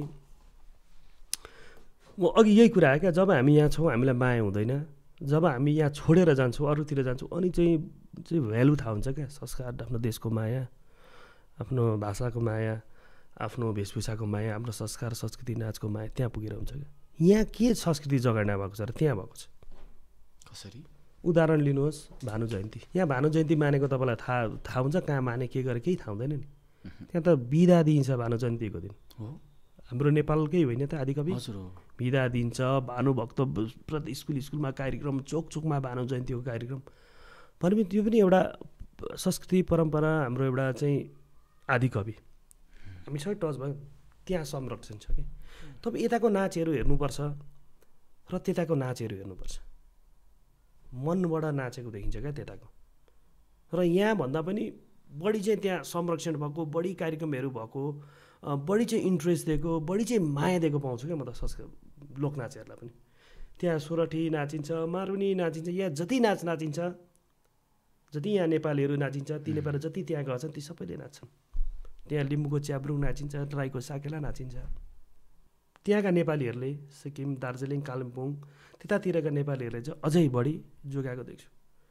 अस्ति मैले एउटा युट्युबमा भैलेनी खेलेको हेरेँ, कालिम्पोङ ठक्क देखेको थिएँ। त्यो आशिष दाइहरू हेर्नुपर्छ, त्यो भट्याको हेर्नुपर्छ, यहाँको भन्दा कति गुणा राम्रो लाग्यो मलाई। अब के भन्नुहुन्छ तपाईँ, यहाँ जोगिएको छ कि त्यहाँकोले जोगाएको छ? त्यहाँकोले नि। यता मैले अस्ति अर्को कुरा भनेको ती मात्रै होइन, जस्तै यहाँबाट विदेशीका चाहिँ नागरिकहरू छन् नि त, उहाँहरूलाई पनि अब यहाँ बस्दा दौरा सुरुवाल लाउँदैनन्, यहाँ बस्दा हाम्रो जातीय पोसाक लाउँदैनन्, उहाँ चाहिँ यहाँबाट मगाएर लगेर पनि लगाइरहेछन्। माया थियो। मैले त्यो एउटा सेग्रो डान्स सिकाउँदैछु झापामा, मलाई त्यो सेग्रो भनेको राई बाइङ राईहरूले नाच्छ सेग्रो नाच, त्यसको चाहिँ पहिनामै फरक हुन्छ कि। त्यो चाहिँ टिपिकल ड्रेस गर्दा चाहिँ त्यो चाहिँ तानमै बुनेर अल्लो सिस्नोको बोक्रा तासेर चाहिँ बुनेर बनाउनुपर्छ त्यो। अनि मैले कस्तो 20 दिनदेखि भनिरहेको छु कि मलाई ड्रेस चाहियो भनिरहेको छु। सर अहिले सम्भवै छैन, किनभने सबै विदेश लान्छन् अरे क्या। अहिले सबै विदेश त्यहाँबाट गएका हुन्छ नि, हङकङ, जापान अथवा कोरिया, कता कता विदेशीहरूले चाहिँ सर तिनीहरूलाई दिन पुगेको छैन सर, अलिकति भयो विदेश गइहाल्छ, अधिक विदेश गइहाल्छ। त्यो मैले ड्रेस पाएँ भने यहाँबाट छोडेर कति माया रहेछ त उनीहरूलाई। अब यहाँ बस्दा लाएन, यहाँ बस्दा त त्यस्तो उयो हुँदैन, विदेशमा गएपछि माया हेर्नु त, आफ्नो वेशभूषाको माया हेर्नु त। अब यहाँ तपाईँको विदेशमा के, यहाँ अब जताततै नाचिरहेका देखिन्छन्, विदेश गएपछि चाहिँ कहीँ यसो एउटा नेपाली नाच्छ भने मान्छे पुग्छन् क्या हेर्न, नेपालीपन देख्न पाउँछन् क्या त्यहाँ, होइन? कुनै एउटा कार्यक्रम भयो भने एउटा कलाकार गयो भने यी हुँदा बाटोमा हिँडिरहेछ एउटा कलाकार वास्ता छैन, जब विदेशमा गएपछि ए यो आउँदैछ भनेपछि एकछिन भयो भने माहौल एकछिन भयो भने नेपाली त्यो एकछिन भने नेपाली उयसमा चाहिँ रमाउन चाहन्छन् क्या उनीहरू। त्यस्तो हुन्छ क्या, कला संस्कृति भाषा देशको माया भनेको त्यस्तो हुन्छ। यो कुरामा छ नि डान्स, हजुरले अघि राख्नु भएन त्यो कुराहरू, डान्स भन्ने कुरा चाहिँ मनबाट आउनु पऱ्यो होइन, एकदमै मजाले आउनु पऱ्यो, फिल्डमा नाच्नु पऱ्यो भनेर होइन। कति मान्छेहरू त्यो कन्ठा पारेर नाचिरहन्छ, याद स्टेप वाइज स्टेप, यसपछि यो हुन्छ यसपछि यो हुन्छ भनेर। सो त्यो कुरामा चाहिँ हजुरले के बुझ्नुहुन्छ, जस्तै कसरी नाच्नु पऱ्यो त? नाच भनेको अब दुईवटा हुन्छ, एउटा प्रोफेसनल हुन्छ, अब त्यतिकै इन्जोय गर्ने टाइपको हुन्छ। हजुर, ऊ अरट्ठ परेर नाचे पनि त्यो त उसलाई चाहिँ त्यो प्र्याक्टिस नभएर हो नि त, तर ऊ मनबाट नाचेको हुनसक्छ नि त, मनबाट फुलेर पनि नाचेको देखिन्छ तर मिलेको हुँदैन। अब त्यसलाई के भने मनबाट नाचेको भन्ने के भन्ने, हजुर त्यो मनबाट नाचेको। अर्को प्रशिक्षणको कुराहरू आउँछ भनेको, जस्तै म नृत्य निर्देशक भइसकेँ अथवा एउटा राम्रो प्रोफेसनल कलाकारले त एकदम मनबाटै भाव निकालेर नाच्नु पऱ्यो नि। मनबाट चाहिँ भाव निकालेर, जब आफूले मनबाट भाव निकालेर नाच्न सकिँदैन, अरूले चाहिँ हामीलाई हेरेर कसरी इन्जोय लिन सक्छ, कसरी उयो गर्न सक्छ, कनेक्ट हुन सक्छ त भने। प्रोफेसनलतिर गयौँ भने मनबाट तनबाट हुनु पऱ्यो, होइन। अब होइन इन्जोयको टाइपले मनबाट त छ, तर अब मेरो यो पेसा पनि होइन होइन, र मैले पछि चाहिँ अब नाचेर केही गर्नुपर्छ नि, तर मलाई नाच्न त मन छ, हुन्छ नि त्यस्तो पनि। त्यो मनबाटै नाचेको हुन्छ, तर यसो टाइमिङहरू नमिलाएको हुन्छ जे भने, तर ऊ मनबाट खुसी भएर एक्लै रमाएर नाचिरहेको। अनि यो पर्फर्मेन्सहरूमा चाहिँ नि विद्यार्थीहरू पनि होइन, जस्तै मलाई टिचरले सिकाउनु भएको छ, अनि यसपछि यो हुन्छ, यसपछि यो हुन्छ, अनि यस्तो सोच्दै सोच्दै नाचिरहेको। प्र्याक्टिसको कमी हो त्यो कुराहरूमा चाहिँ प्र्याक्टिसको कमी भयो, एउटा प्र्याक्टिसको कमी हुन्छ। अनि जस्तै यो कला भनेको कुरा नि थोरै गड गिफ्टेड हुनुपर्छ कि, ओके हजुर, गड गिफ्टेड हुनैपर्छ। तपाईँलाई थोरै, मैले बुझेअनुसारले तपाईँ गीत गाउनुहुन्छ, तपाईँ नाच्नुहुन्छ, थोरै माथिबाट थोरै सरस्वतीको अलिकति चाहिँ बास छैन भने 20 वर्ष नाचे पनि सक्नुहुन्न त तपाईँ, 20 वर्ष गाउँदा पनि हुँदैन क्या, थोरै अलिकति चाहिँ माथिबाट पनि दिएको हुनुपर्छ। मैले दिएको छु नि, 8-10 वर्ष नाच्दा पनि टाइमिङमै ननाच्ने मान्छे दिएको छु नि, उसलाई मन छ तर माथिबाट अलिकति दिएको छैन, थोरै सरस्वतीको बास भयो भने मात्रै हो। ल म त देख्दिनँ, जति नै नाच पनि उतै हो, सरस्वतीको बास हुनु थोरै अलिक चाहिँ हुनैपर्छ जस्तो लाग्छ। ऊ थोरै समय पायो भने ऊ ट्याक्क लेभल आफ्नो फर्ममा आएको देख्छु क्या म चाहिँ। यो चाहिँ कलाकारमा चाहिँ त्यो हुन्छ क्या, सरस्वतीको बास हुनु पऱ्यो क्या, गाउने नाच्ने मान्छे। हजुरलाई कहिले झापामा देखिरहेको हुन्छु, कहिले काठमाडौँमा, कहिले भक्तपुरमा, सो हजुरको यस्तो बिजी स्केड्युलहरू छ होइन, हिजो पनि हजुरको प्रोग्राम थियो, भोलि पनि हजुरको प्रोग्राम छ, थोरै हजुरको प्रोग्रामको विषयमा अलिकति मलाई बताइदिनुहोस् न। बसाइ कहिले त्यही हो, कहिले झापा कहिले काठमाडौँ, दुईतिर चाहिँ काम चलिरहेको हुन्छ। त्यस्तो बिजी त नभनौँ होइन, यसो सम्झिनुहुन्छ यहाँको अब विभिन्न सङ्घ संस्थाले काठमाडौँको यदि कुनै पनि लोकनृत्यहरूमा चाहिँ यसो जजमेन्ट गर्नु पऱ्यो भने चाहिँ फोन आउँछ। अब यहाँका संस्था पेप्सन भयो, एन पेप्सन भयो होइन, हिजो एन पेप्सनको प्रोग्राम थियो हजुर, जिल्ला स्तरीय तपाईँको कल्चरल फेसन सो र कल्चरल डान्स कम्पिटिसनको सो थियो। एज अ मलाई निर्णायकमा बोलाउनु भएको थियो, र हिजो त्यही कार्यक्रम सकेर आज फर्किने भने फेरि भोलि चाहिँ त्यहाँ भक्तपुरमा कार्यक्रम छ, त्यहाँ चाहिँ पेप्सनको डान्स कम्पिटिसन। अनि आएको बेला सर यहाँ यसो गरेर जानु भने त्यहाँ पनि अब सक्यो अरे, म भोलि नै कार्यक्रम सकेर भोलि फर्किन्छ होला। मेरो पनि झापामा अहिले कार्यक्रम चलिरहेछ, पेप्सन चलिरहेछ, त्यो अब यसो अलिअलि भाइहरूलाई त्यहाँ सघाउने कुराहरू छ, त्यस्तै छ चलिरहेछ सामान्य, त्यस्तो व्यस्त सेड्युल पनि होइन।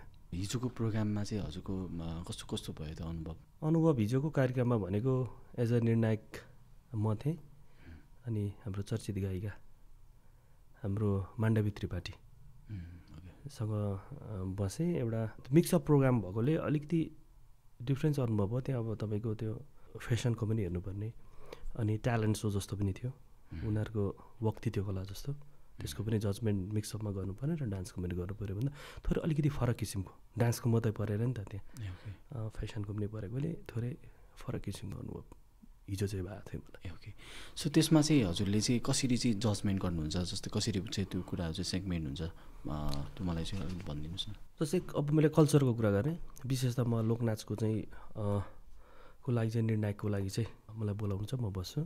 त्यसको जजमेन्ट चाहिँ के हुन्छ भने पहिलो त गीत लोकनाच हो कि होइन, पहिला हामीले गीतबाट छुट्याउनु पऱ्यो, त्यसपछि मात्रै पछि नाच जान्छ। गीत पनि लोकनाच भनेर मोडर्नाइज तरिकाले चाहिँ गीत रेकर्ड भएको छ कि त्यो कुरा पनि ध्यान दिनुपर्छ। अनि विशेष त हेर्ने भनेको चाहिँ अब लोकनाच मौलिक लोकनाच हो कि होइन त्यो कुरा हेर्नु पऱ्यो। त मौलिक लोकनाचमा लाइने वेशभूषा के हो त, त्यही वेशभूषा हुनु पऱ्यो। र लोकनाचमा कसरी प्रस्तुत गरिएको छ बा त्यसलाई लोकनाच भनेर चाहिँ मोडर्नाइज तरिकाले हुन्छ नि, राम्रो देखाउन धेरै मोटिफाई गरेको छ कि टिपिकल तरिकाले प्रस्तुत गरेको छ कि कसरी टाइमिङमा प्रस्तुत गरेको छ, टाइमिङ पनि मिल्नु पऱ्यो नाचमा होइन। यदि नाचमा टाइमिङ मिलेर पनि त्यो हुँदैन। प्रस्तुतिकरण कस्तो छ, त्यसको कोरियोग्राफी, स्टेज कभरिङ र मौलिकपन, मुख्यतः मौलिक लिम्बूको च्याम्प्रुङ हुँदाखेरि पनि लिम्बूकै वेशभूषा लाएर आउनु पऱ्यो, लिम्बूकै बाजा बोकेर आउनु पऱ्यो, लिम्बूकै शैलीमा नाच्नु पऱ्यो होइन।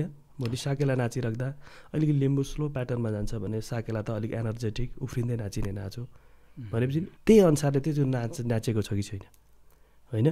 गीत पनि टिपिकल हो कि होइन, टिपिकल टाइपले नाचेको छ छैन, वेशभूषाको कुराहरू, कोरियोग्राफीको कुराहरू, टाइमिङका कुराहरू, यी कुराहरूलाई चाहिँ मार्क्स डिभाइड गरेर ड्रेसले पनि हुन्छ। ड्रेस चाहियो नि, भोलि तपाईँले चाहिँ च्याब्रुङ नाचिराख्दा तपाईँले राईको लुगा लाउँदा त त्यो त त्यत्तिकै फेल खाइहाल्यो नि। 100/20 ड्रेससम्म छ भने त 20 त माइनस हुनु पऱ्यो तपाईँ, पार्ट छुट्टिन्छ नि। टाइमिङ 20 भयो, अब कसैले 15, त्यसरी मार्क्स ड्रेससम्म 15 होइन, अनि त्यसपछि प्रस्तुतिकरण भनिन्छ, त्यसमा मौलिकपनमा मार्क्स गर्दै जोडेर चाहिँ अनि हामीले फाइनल रिजल्ट निकाल्नुपर्छ। सो अब राई ड्रेस लाउनु भएको छ भने पनि त्यो राईको ड्रेसमा पनि के कुरा कमी कमजोरी छ त्यो हेरिन्छ नि, हेर्नुपर्छ। अब राई ड्रेस मात्रै लाएर भने त्यही अनुसारको गरगना पनि लाउनु पऱ्यो नि, अर्नामेन्ट्स पनि हुन्छ नि, त्यही अनुसारको अर्नामेन्ट्स हुनु पऱ्यो, त्यही अनुसारको ड्रेस हुनु पऱ्यो, ड्रेस मात्रै लाएर भएन नि। ओके। अनि त्यसमा डान्समा चाहिँ मेकअपहरू चाहिन्छ कि चाहिँदैन? मेकअप यस्तो हो, मेकअप चाहिन्छ। भोलि गएर यदि अब कम्पिटिसनमा आउँदा त हामी त हरेक कुराले तयार भएर आउनु पऱ्यो नि त। भोलि गएर राम्रो पनि देखिनु छ त्यहाँ। आफ्नो पहिचानलाई बचाएर थोरै हामीले अलिकति त्यसलाई आकर्षक बनाउन त मिल्छ, तर आकर्षक बनाउने कुरामा चाहिँ सबै कुरा चेन्ज गर्न चाहिँ मिलेन क्या, धेरै मोडिफाई गर्न मिलेन क्या त्यो नाचहरूलाई। थोरै आकर्षक बनाउन सामान्य मेकअप त गर्न मिलिहाल्यो। ओके। अनि जस्तै मेकअपको कुरामा प्रसङ्गमा चाहिँ जस्तै हेयर स्टाइलहरू, जस्तै हेयर स्टाइल चाहिँ जस्तै अब कलरफुल लगाइदिने हुन्छ होइन, त्यस्तो गर्न मिलेन, त्यसले पनि मार्क्स काट्ने भयो। हेयर स्टाइलमा त्यस्तो हेयरमा कलरफुलको कुरा आउँदैन। जस्तै यो हामीले लोक नाच नाच्दा भनेको चाहिँ लोक भनेकै मैले भने पुरानो शैलीको हुनु पर्यो। लोक भनेको पुरानो आदिम हो कि, त्यतिखेर त रातो निलो कलर गर्ने त चलन थिएन नि त, थियो त थिएन नि त, पहेँलो त्यो सिस्टम थिएन नि त। त्यो चाहिँ अब त्यो भयो भने पनि टिपिकल तरिकाले पनि त्यसमा पनि मार्क्स डिडक्ट गर्छौँ। सो यो कुराहरूमा चाहिँ जस्तै कति रियालिटी सोहरूमा पनि होइन, त्यो एउटा प्रसङ्ग त्यहाँ पनि जोडिहालौँ। अब रियालिटी सो चाहिँ रियालिटी सो जस्तो हुँदैन भन्ने कुराहरू कति कुराहरूमा सुनिरहन्छौँ हामीले, त्यो कुरा चाहिँ के छ त? यस्तो हुन्छ, सबै कुरा स्क्रिप्टेड हुन्छ भन्ने कुरा हो। प्राय रियालिटी सो प्राय स्क्रिप्टेड नै हुन्छ। कसरी स्क्रिप्टेड, अब कसरी जाने भन्ने कुरा होइन, स्क्रिप्ट वाइज गएको हुन्छ। के बोल्ने कुराहरू पनि पहिल्यै चाहिँ प्रिप्लान गरिएको छ, बोल्ने कुराहरू त्यहाँ प्रेजेन्ट गर्ने कुरा हरेक कुरा स्क्रिप्टलाई प्रिप्लानमा चाहिँ प्राय रियालिटी सोहरू गरे हुन्छ। किनभने भोलि गर्दै जाँदा केही बिग्रियोहरू भने गर्दै जाँदा त पछि गएर अडियन्समा जाने कुरा त राम्रो जानु पऱ्यो, हरेक कुरा जानु पऱ्यो भनेर उनीहरू स्क्रिप्ट वाइज नै गरे हुन्छ। ओके। कति कुराहरू चाहिँ जस्तै अब रोना धोनाहरू त्यो कुरालाई चाहिँ यस्तो हुन्छ, इमोसनली लाइक कुरालाई चाहिँ मैले नराम्रो भन्न खोजेको होइन, तर कति कुराहरू चाहिँ स्क्रिप्टेड हुन्छ भन्ने कुरा सुन्दाखेरि चाहिँ मलाई चाहिँ अब एकदमै बुझ्न मन लागेको हजुरसँग। यस्तो हुन्छ, जस्तै रियालिटी सोहरूमा कन्टेस्टेन्टहरूको आफ्नो एउटा इतिहास हुन्छ, आफ्नो एउटा चाहिँ विगत हुन्छ कि।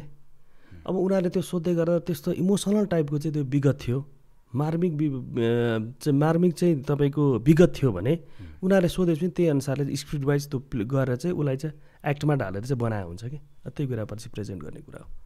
र कोहीले गर्छन् पनि होला, आफ्नो सोलाई चाहिँ टिआरपी बढाउनलाई कसैले त्यो गरेको पनि हुनसक्छ। सबै त्यो भनिदिउँ न, सबै रियालिटी सोलाई त्यसरी नभनौँ, आफ्नो टिआरपी बढाउन चाहिँ गरे हुनसक्छ, रोना धोनाहरू हुनसक्छ। सो यो डान्सको प्रसङ्गमा चाहिँ बार डान्स पनि डान्सै हो, उसले पनि आफ्नो एउटा पेसाको लागि र आफ्नो कला प्रस्तुत गरिरहेको हुन्छ होइन। अनि त्यो हेर्ने दृष्टिकोण समाजले र फिल्ममा डान्स नाच्ने कलाकारले नाचिराख्नु भएको छ भने चाहिँ उहाँले हेर्ने दृष्टिकोण के फरक पाउनुहुन्छ हजुरले चाहिँ? हामीले नेपाली समाजलाई अलिकति विगतमा गएर हेर्दाखेरि चाहिँ कस्तो हुन्छ भने पहिला छोरीचेलीहरूले नाच्दाखेरि पनि यो बिग्री धेरै गरी थियो नि त। अब यो बिग्री, यो सक्यो, यो नाच्ने गाउने नौटङ्की हुन थाली भन्ने चाहिँ थियो क्या नेपाली समाजमा। हिजोस्ति हामी पनि सुन्थ्यौँ कि छोरा मान्छे पनि कहाँ नाचगानलाई त हिजोस्तिदेखि भर्खरै त एक्सेप्ट गर्न थालेको छ नि समाजले। हजुर, यो त धेर भएको छैन क्या, हामीले थाहा पाउँथौँ त्यस्तै। अब यो नाच्ने भयो, यो बिग्रिने भयो, यो अब यो छोरी भएर गएर नाच्छे, कहाँ कहाँ नाच्दै हिँड्छे, के गर्दै हिँड्छ, यो बिग्री, यो सकि, यो नक्कली भन्ने चलन मैले नै सुने हो कि। त्यो समस्या त्यतिखेरदेखि थियो। तर अहिले चाहिँ अब हरेक यो चाहिँ अब तपाईँ नेटका कुरा, फेसबुकहरूमा हरेक कुरा आइराख्दाखेरि, अनि अहिले शिक्षामा पनि भनौँ न, स्कुलहरूमा पनि अब डान्सको सब्जेक्ट वाइज पढाइ भइराख्दाखेरि हरेक कुरा हुँदा अहिले चाहिँ प्यारेन्ट्सहरूको अभिभावकको यसमा चाहिँ यसको चाहिँ सोचाइमा चाहिँ चेन्जेस 80% चेन्जेस आइसकेको छ कि। यो कला क्षेत्र पनि चाहिँ कस्तो रहेछ, नाचगान पनि कस्तो रहेछ भने यो नाचगानको मार्फतबाट चाहिँ कलाकारिता क्षेत्रबाट चाहिँ नाम कमाउन सकिँदो रहेछ, पैसा कमाउन सकिँदो रहेछ, इज्जत पनि कमाउन सकिँदो रहेछ भन्ने कुरा चाहिँ अहिले यो कन्सेप्ट बिल्डअप भइसकेको छ। तर अहिले पनि तपाईँको भनाइअनुसारले बारको कुरा आयो, त्यसमा चाहिँ सोचाइ त अलिकति थोरै नकारात्मकै छ होइन। त्यो बारको कुरामा त्यो फरकै छ। जस्तै अब हुन त उनीहरू पनि डान्सरै हो, त्यहाँ गएर नाचिराख्दाखेरि भनेको त्यही टाइपको नाच हुन्छ नि। बारमा त के त रक्सी जाँड खाने त्यही हो नि, रमाइलोको लागि जाने हो, पैसा फाल्ने कुराहरू देखिन्छ। त्यही अनुसारको नाचेको देखेपछि चाहिँ अलिकति हेर्ने दृष्टिकोण चाहिँ अलिकति फरकै छ बारको र अहिले यता स्टेज प्रेजेन्टेसन यता फिल्मको कुरामा चाहिँ तपाईँको फरकै छ देख्छु म त। सो नजरियामा चाहिँ हेर्ने दृष्टिकोण डिफ्रेन्ट छ, तर समाज पनि चेन्ज हुँदैछ भन्ने कुरा गर्नुभयो। समाज पनि चेन्ज हुँदैछ, तर त्यहाँसम्म चाहिँ चेन्ज भएको देख्दिनँ म। अहिले एलाउ छ नानीहरूलाई लो जा नाच कम्पिटिसनमा जा नाम कमा समाजमा इस्टाब्लिस भन्ने त भइसक्यो, तर कसैले पनि आफ्नो छोरीचेली गएर बारमा नाचोस् भन्दैन कि अहिले। तपाईँ हामी नै हाम्रो छोरीचेली गएर लु बारमा नाचोस् भन्ने त हामीलाई हुन्छ त हुँदैन नि। भोलि गएर म्युजिक भिडियो खेलोस्, फिल्म खेलोस्, हिरोइनी होस्, राम्रो कलाकार होस्, तर गएर बाह्रमै गएर नाचोस् त हामी नै सोच्दैनौँ नि त। सोचिन्छ त, सोच्दैनौँ नि हामी। त्यही भएर चाहिँ त्यो फरकै छ। सो यो हजुर पनि आबद्ध हुनुभयो मेरो डान्स युनिभर्समा होइन? हो। सो त्यसको मलाई अलिकति बताइदिनुहोस् न कि मेरो डान्स युनिभर्स भनेको चाहिँ यो अमेरिकामा चाहिँ एउटा संस्था, नेपालीहरू एउटा संस्था खोल्नुभयो जसको चाहिँ अध्यक्ष चाहिँ दिल्ली अधिकारी सर हुनुहुन्छ। बुद्धिस्ट नेपाली हो उहाँ। यो संस्था चाहिँ उहाँ आफैमा पनि एउटा चाहिँ नेपाली भाषा कलाकार संस्कार संस्कृति परम्परालाई एकदम माया गर्ने मान्छे, एकदम माया गर्ने। उहाँ आफै पनि एउटा राम्रो गायक हुनुहुन्छ। अनि उहाँले चाहिँ यो विश्वभरि छरिरहेका नेपालीहरूलाई एक बनाऊँ, नेपाली भाषाको संरक्षण गरौँ। अहिले नानीहरूले नेपाली देशभन्दा विदेशमा हुने नानीहरूले नेपाली बोल्न छोडिसके, त्यो हुँदा हाम्रो पहिचान कहाँ हराउँछ? पहिचान हराउने भयो। हाम्रो दाउरा सुरुवाल बिर्सिसके, हाम्रो भाषा संस्कृति बिर्सिसके भनेपछि उहाँको मनमा यो विचार आएपछि उहाँले चाहिँ एउटा संस्था खोल्नुभयो, international welfare and support foundation of America भनेर उहाँ खोल्नुभयो। र उहाँको उद्देश्य त्यही हो, आफू नेपाली नागरिकताको नेपाली नभए पनि नेपाली त म हुँ, मेरा पुर्खा त नेपाली हुनु भनेर चाहिँ उहाँको त्यो चाहिँ एकदम महान सोच हो क्या यो। त्यो महान सोच चाहिँ मेरो डान्स युनिभर्स, मेरो भोइस युनिभर्स मार्फतबाट चाहिँ उहाँले चाहिँ एकजुट बनाउनको लागि नेपाली कलाकारलाई चाहिँ नेपाली कलाकारहरू माध्यमबाट चाहिँ यो कम्पिटिसन माध्यमबाट चाहिँ त्यो बचाउने भाषा संस्कृति परम्परा बचाउने हिसाबले चाहिँ कार्यक्रम सञ्चालन गरिएको। ओके। सो यो मेरो डान्स युनिभर्स कतिको बजेटमा चाहिँ अब यो सञ्चालन भइरहेछ? राम्रै बजेट छ। तपाईँको प्राइजै 4 करोड समथिङ त प्राइजै, अनि त्यसपछि त अन्य खर्चहरू त्यस्तै, जस्तै पार्टिसिपेन्टहरू कहीँबाट सेलेक्ट भएर आउने जाने बस्ने खाने त्यत्रा 70-80जना पार्टिसिपेन्टलाई चाहिँ खर्चको कुरा आउँछ त्यो संस्थाबाटै। अब जजहरूलाई पनि राम्रै चाहिँ पेमेन्ट थियो। म त लाग्छ 20-22 करोड चाहिँ इन्भेस्ट भयो होला योपालि म आबद्ध हुँदाखेरि चाहिँ। सो रियालिटी सोहरूमा छ नि नेपालमा चाहिँ कन्टेक्समा चाहिँ इन्भेस्टरहरू पनि धेरै हुनुहुन्छ नेपालमा। इन्भेस्टरहरू त्यही मैले भने नि, नेपाली कला क्षेत्र चाहिँ पछि पर्नु, नेपाली कलाकारले दुःख पाउनु भनेको यहाँ भनेको जुन हाम्रो छिमेकी मुलुक भारतमा त ठुल्ठुला कम्पनीहरू छन्, उनीहरूले एडको लागि पनि कलाकारहरू युज गर्छन्। कार्यक्रमको लागि आफ्नो चाहिँ व्यवसाय चाहिँ प्रचार प्रसारको लागि त एड दिने स्पोन्सर गर्ने प्रोग्रामहरू हुन्छ। तर नेपालमा त्यस्तो छैन नि त। कम्पनी एउटा सियो बन्दैन भन्छ नि। कसरी धन्न कार्यक्रम सञ्चालन पनि गरेको छ नेपाली कलाकारहरूले, धन्न कसरी चाहिँ आफ्नो जीविका चलाइ पो रहेको छ नि त नेपालीहरूले। न सरकारको सपोर्ट छ, न त्यहाँ कुनै स्पोन्सर गर्ने संस्था अगाडि आउँछ। सो कमी चाहिँ स्पोन्सरकै कमी हो। स्पोन्सरको कमी हो नि, कहाँ भेटिन्छ स्पोन्सर? अब यो जुन मेरो डान्स युनिभर्समा पनि अब त यो त भनेको एउटा एनजिओले गरेको उहाँको कार्यक्रम हो। यो पैसा पनि जति पनि मान्छेले 10वटा तरिका भन्छन्, के भन्छन्, कहाँबाट आयो, कस्तो पैसा, के पैसा भन्छन्, तर म त्यहाँ उहाँहरू चाहिँ 6 महिना बसिराख्दा सङ्गतमा चाहिँ मैले के पाएँ भने यो नितान्त पैसा उहाँहरूको पसिना बगाएको पैसा हो क्या। यो त्यो एउटा संस्था छ, मैले अघि भने इन्टरनेसनल वेलफेयर सपोर्ट फाउन्डेसन भन्ने संस्था छ। त्यो संस्था अन्तर्गत चाहिँ 30 देखि 40वटा चाहिँ त्यहाँ चाहिँ संस्था छ क्या अरू। यो भने त्यो अन्तर्गतको चाहिँ त्यहाँ चाहिँ अब होम केयरहरू जस्तो होइन नि, सामाजिक संस्थाहरू छ क्या।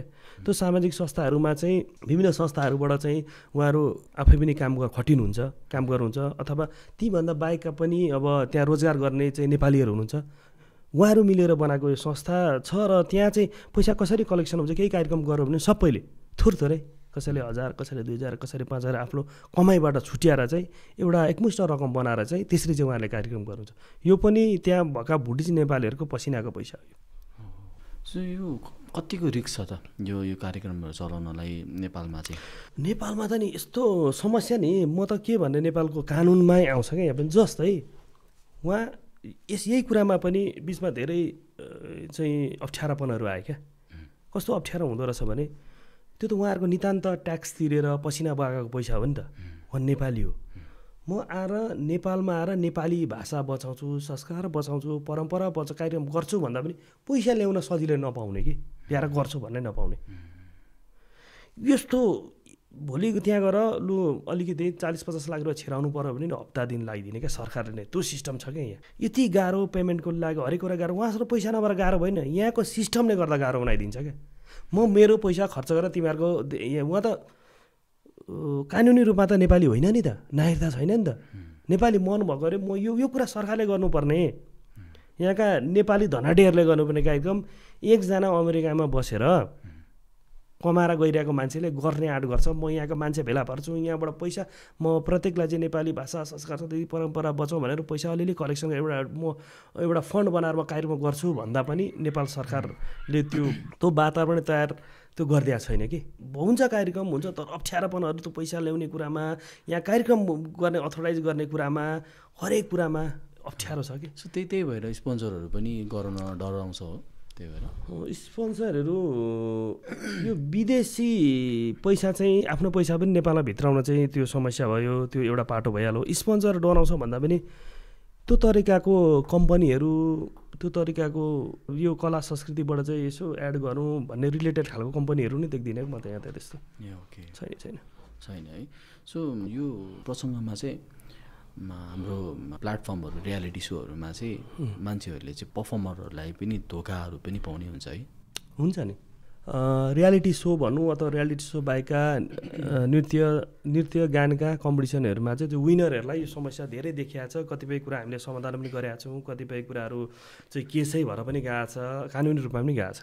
कस्तो हुन्छ भने यहाँ तिनवटा पोइन्टमा तपाईँलाई भन्छु, तिनवटा उयसमा एउटा यस्तो आयोजक हुन्छ जो चाहिँ ठग्नको लागि क्या, त्यस्तो आयोजकले कार्यक्रम गर्ने पैसा उठाउने हिँडिदिने होइन, त्यस्ता ठगहरू पनि भेटिएको छ। अनि कार्यक्रम सकेपछि नि फर्स्ट सेकेन्ड थर्ड प्राइज नदिने, के नदिने, हिँडिदिने, हराउने अरू त्यस्तो हुन्छ। अरू त्यो एक टाइपको हुन्छ। अर्को टाइपको चाहिँ के हुन्छ भने होइन राम्रो कार्यक्रम गर्छु भन्दै मैले भने नि सोच राम्रो हुन्छ, राम्ररी गर्छु, फेरि सेकेन्ड सिजन गरौँ, थर्ड सिजन गर्छु भन्ने हुन्छ। तर उसलाई गर्दै जाँदा के हुन्छ, स्पोन्सरबाट पनि पैसा आउँदैन, कहीँबाट उसले सहयोग मागेको ठाउँबाट सहयोग पनि आएको हुँदैन। गर्न चाहँदा चाहिँ उसँग पैसा नभएपछि बाध्यताले ऊ भाग्नुपर्छ कि उसले कानुनी प्रक्रिया फेस गर्नुपर्छ। त्यसले पनि तपाईँको कलाकारहरूमा त्यसले पनि असर उयो गरेको छ, प्राइज नपाउने, यस्तो पाउने। त्यो अर्को भयो। अर्को संस्था भनेको त सबै त्यस्तो हुँदैनन्। जस्तै मेरो डान्स युनिभर्सलाई मैले हेरेँ, अब त म जोडेको छु मलाई थाहा छैन, त्यस्तो के फेयर छ। भोटिङ भयो, भोटिङमा पनि जो जित्यो उसैले लगाऊ, किनकि पैसा कमाउने उद्देश्यले गरे होइन यो होइन। यहाँ चाहिँ एकदम सबैलाई, जजहरूलाई, त्यहाँ खटिने कर्मचारीहरूले पनि राम्रो पैसा, कलाकारहरूको इज्जत अनुसारले अथवा राम्रो क्या, पेमेन्ट पनि राम्रो। अनि त्यहाँ भएका अब प्राइज पनि राम्रो हेर्नु, 1-1 करोड 4 करोड त त्यो कल्चर डिपार्टसम्म 4 करोड क्यास प्राइज। अनि तपाईँहरूको कहीँ सेलेक्ट भएर र हङकङबाट आउनु पऱ्यो, जापानबाट आउनु पऱ्यो भने आउने जाने फेयर पनि उसले नै, बस्ने पठाउने सबै फेयर उसले नै, राख्ने सेवा सुविधा पनि एकदम राम्रो, राम्रै होटलमा राखिदिने। त्यस्तो पनि त हुन्छ। आउनु कहीँ छैन, केही छैन, कहीँबाट आउँदैन, उहाँहरूको जाने मात्रै हो। त्यस्तो पनि त अर्गनाइजर देखियो नि त। सो मैले यो हजुरले भन्नुभएको कुरा मैले टक्क स्ट्राइक के भयो भने नेपालबाट पर्फर्मरहरू छ नि, यहाँको आर्टिस्टहरू जानुहुन्छ विदेशमा, अनि होटलमा राख्छु होइन, के गर्छु भनेर धोका पाउँछन् अनि चिनेको मान्छेको घरमा राखिदिने होइन, त्यसपछि होइन, अनि त्यसपछि त्यहाँ बस्ने, अनि त्यसपछि अर्को फेरि चिनेको मान्छेकोमा फेरि ट्रान्सफर गरिदिने होइन। होटलमा राख्छु भनेर मान्छे पिसेको घरमा, आज एउटाको घरमा बसिरहेछ, त्यहाँ खाना खाइरहेछ, भोलिपल्ट अर्कोमा होइन। त्यो एकदमै भइरहेछ भने उसलाई पनि, त्यो आर्टिस्टलाई पनि अब एकदमै अक्वार्ड लाग्न सक्छ नि त, अर्का घरमा बसिरहेछ भनेर होइन, नचिनेको मान्छेकोमा होइन। सो त्यो गर्दाखेरि त आर्टिस्टको भ्याल्यु पनि अलिकति कम भएको जस्तो लाग्यो। सो अर्गनाइजले भनेको जस्तो अनुसारमा फुलफिल भएन। सो पेमेन्टमा पनि त्यस्तै हुनसक्ला, म यतिसम्म दिन्छु भनेर कुरा गर्दाखेरि त्यहाँ आएपछि चाहिँ अब यस्तो भनेर हुनसक्ला। त्यो भनेको त एकदमै अब हुन्छ नि, प्लान अनुसारमा, अर्गनाइज अनुसारमा त त्यो भएन नि त। त्यो भनेको त एउटा डिमोटिभेट भयो आर्टिस्टलाई होइन, हजुरहरूको जस्तो आर्टिस्टहरूलाई। सो त्यो प्रसङ्गमा चाहिँ हजुरले के अब राख्नुहुन्छ आफ्नो धारणा? पहिला आफै सतर्क हुनुपर्छ कि जानुभन्दा अगाडि स्पोन्सर कस्तो बुझ्नु पऱ्यो। तपाईँ अमेरिका जाने चाहिँ पर्फर्म गर्न भने चाहिँ स्पोन्सर बुझ्नु पऱ्यो नि, उसले पहिला गरेको कार्यक्रम कति छ, पहिला आउने कलाकारलाई कस्तो ट्रिट दिएको छ होइन, कतिको स्ट्रङ छ स्पोन्सर, त्यो त पहिला आफैले बुझ्ने हो नि त, बुझेर जानु पऱ्यो नि।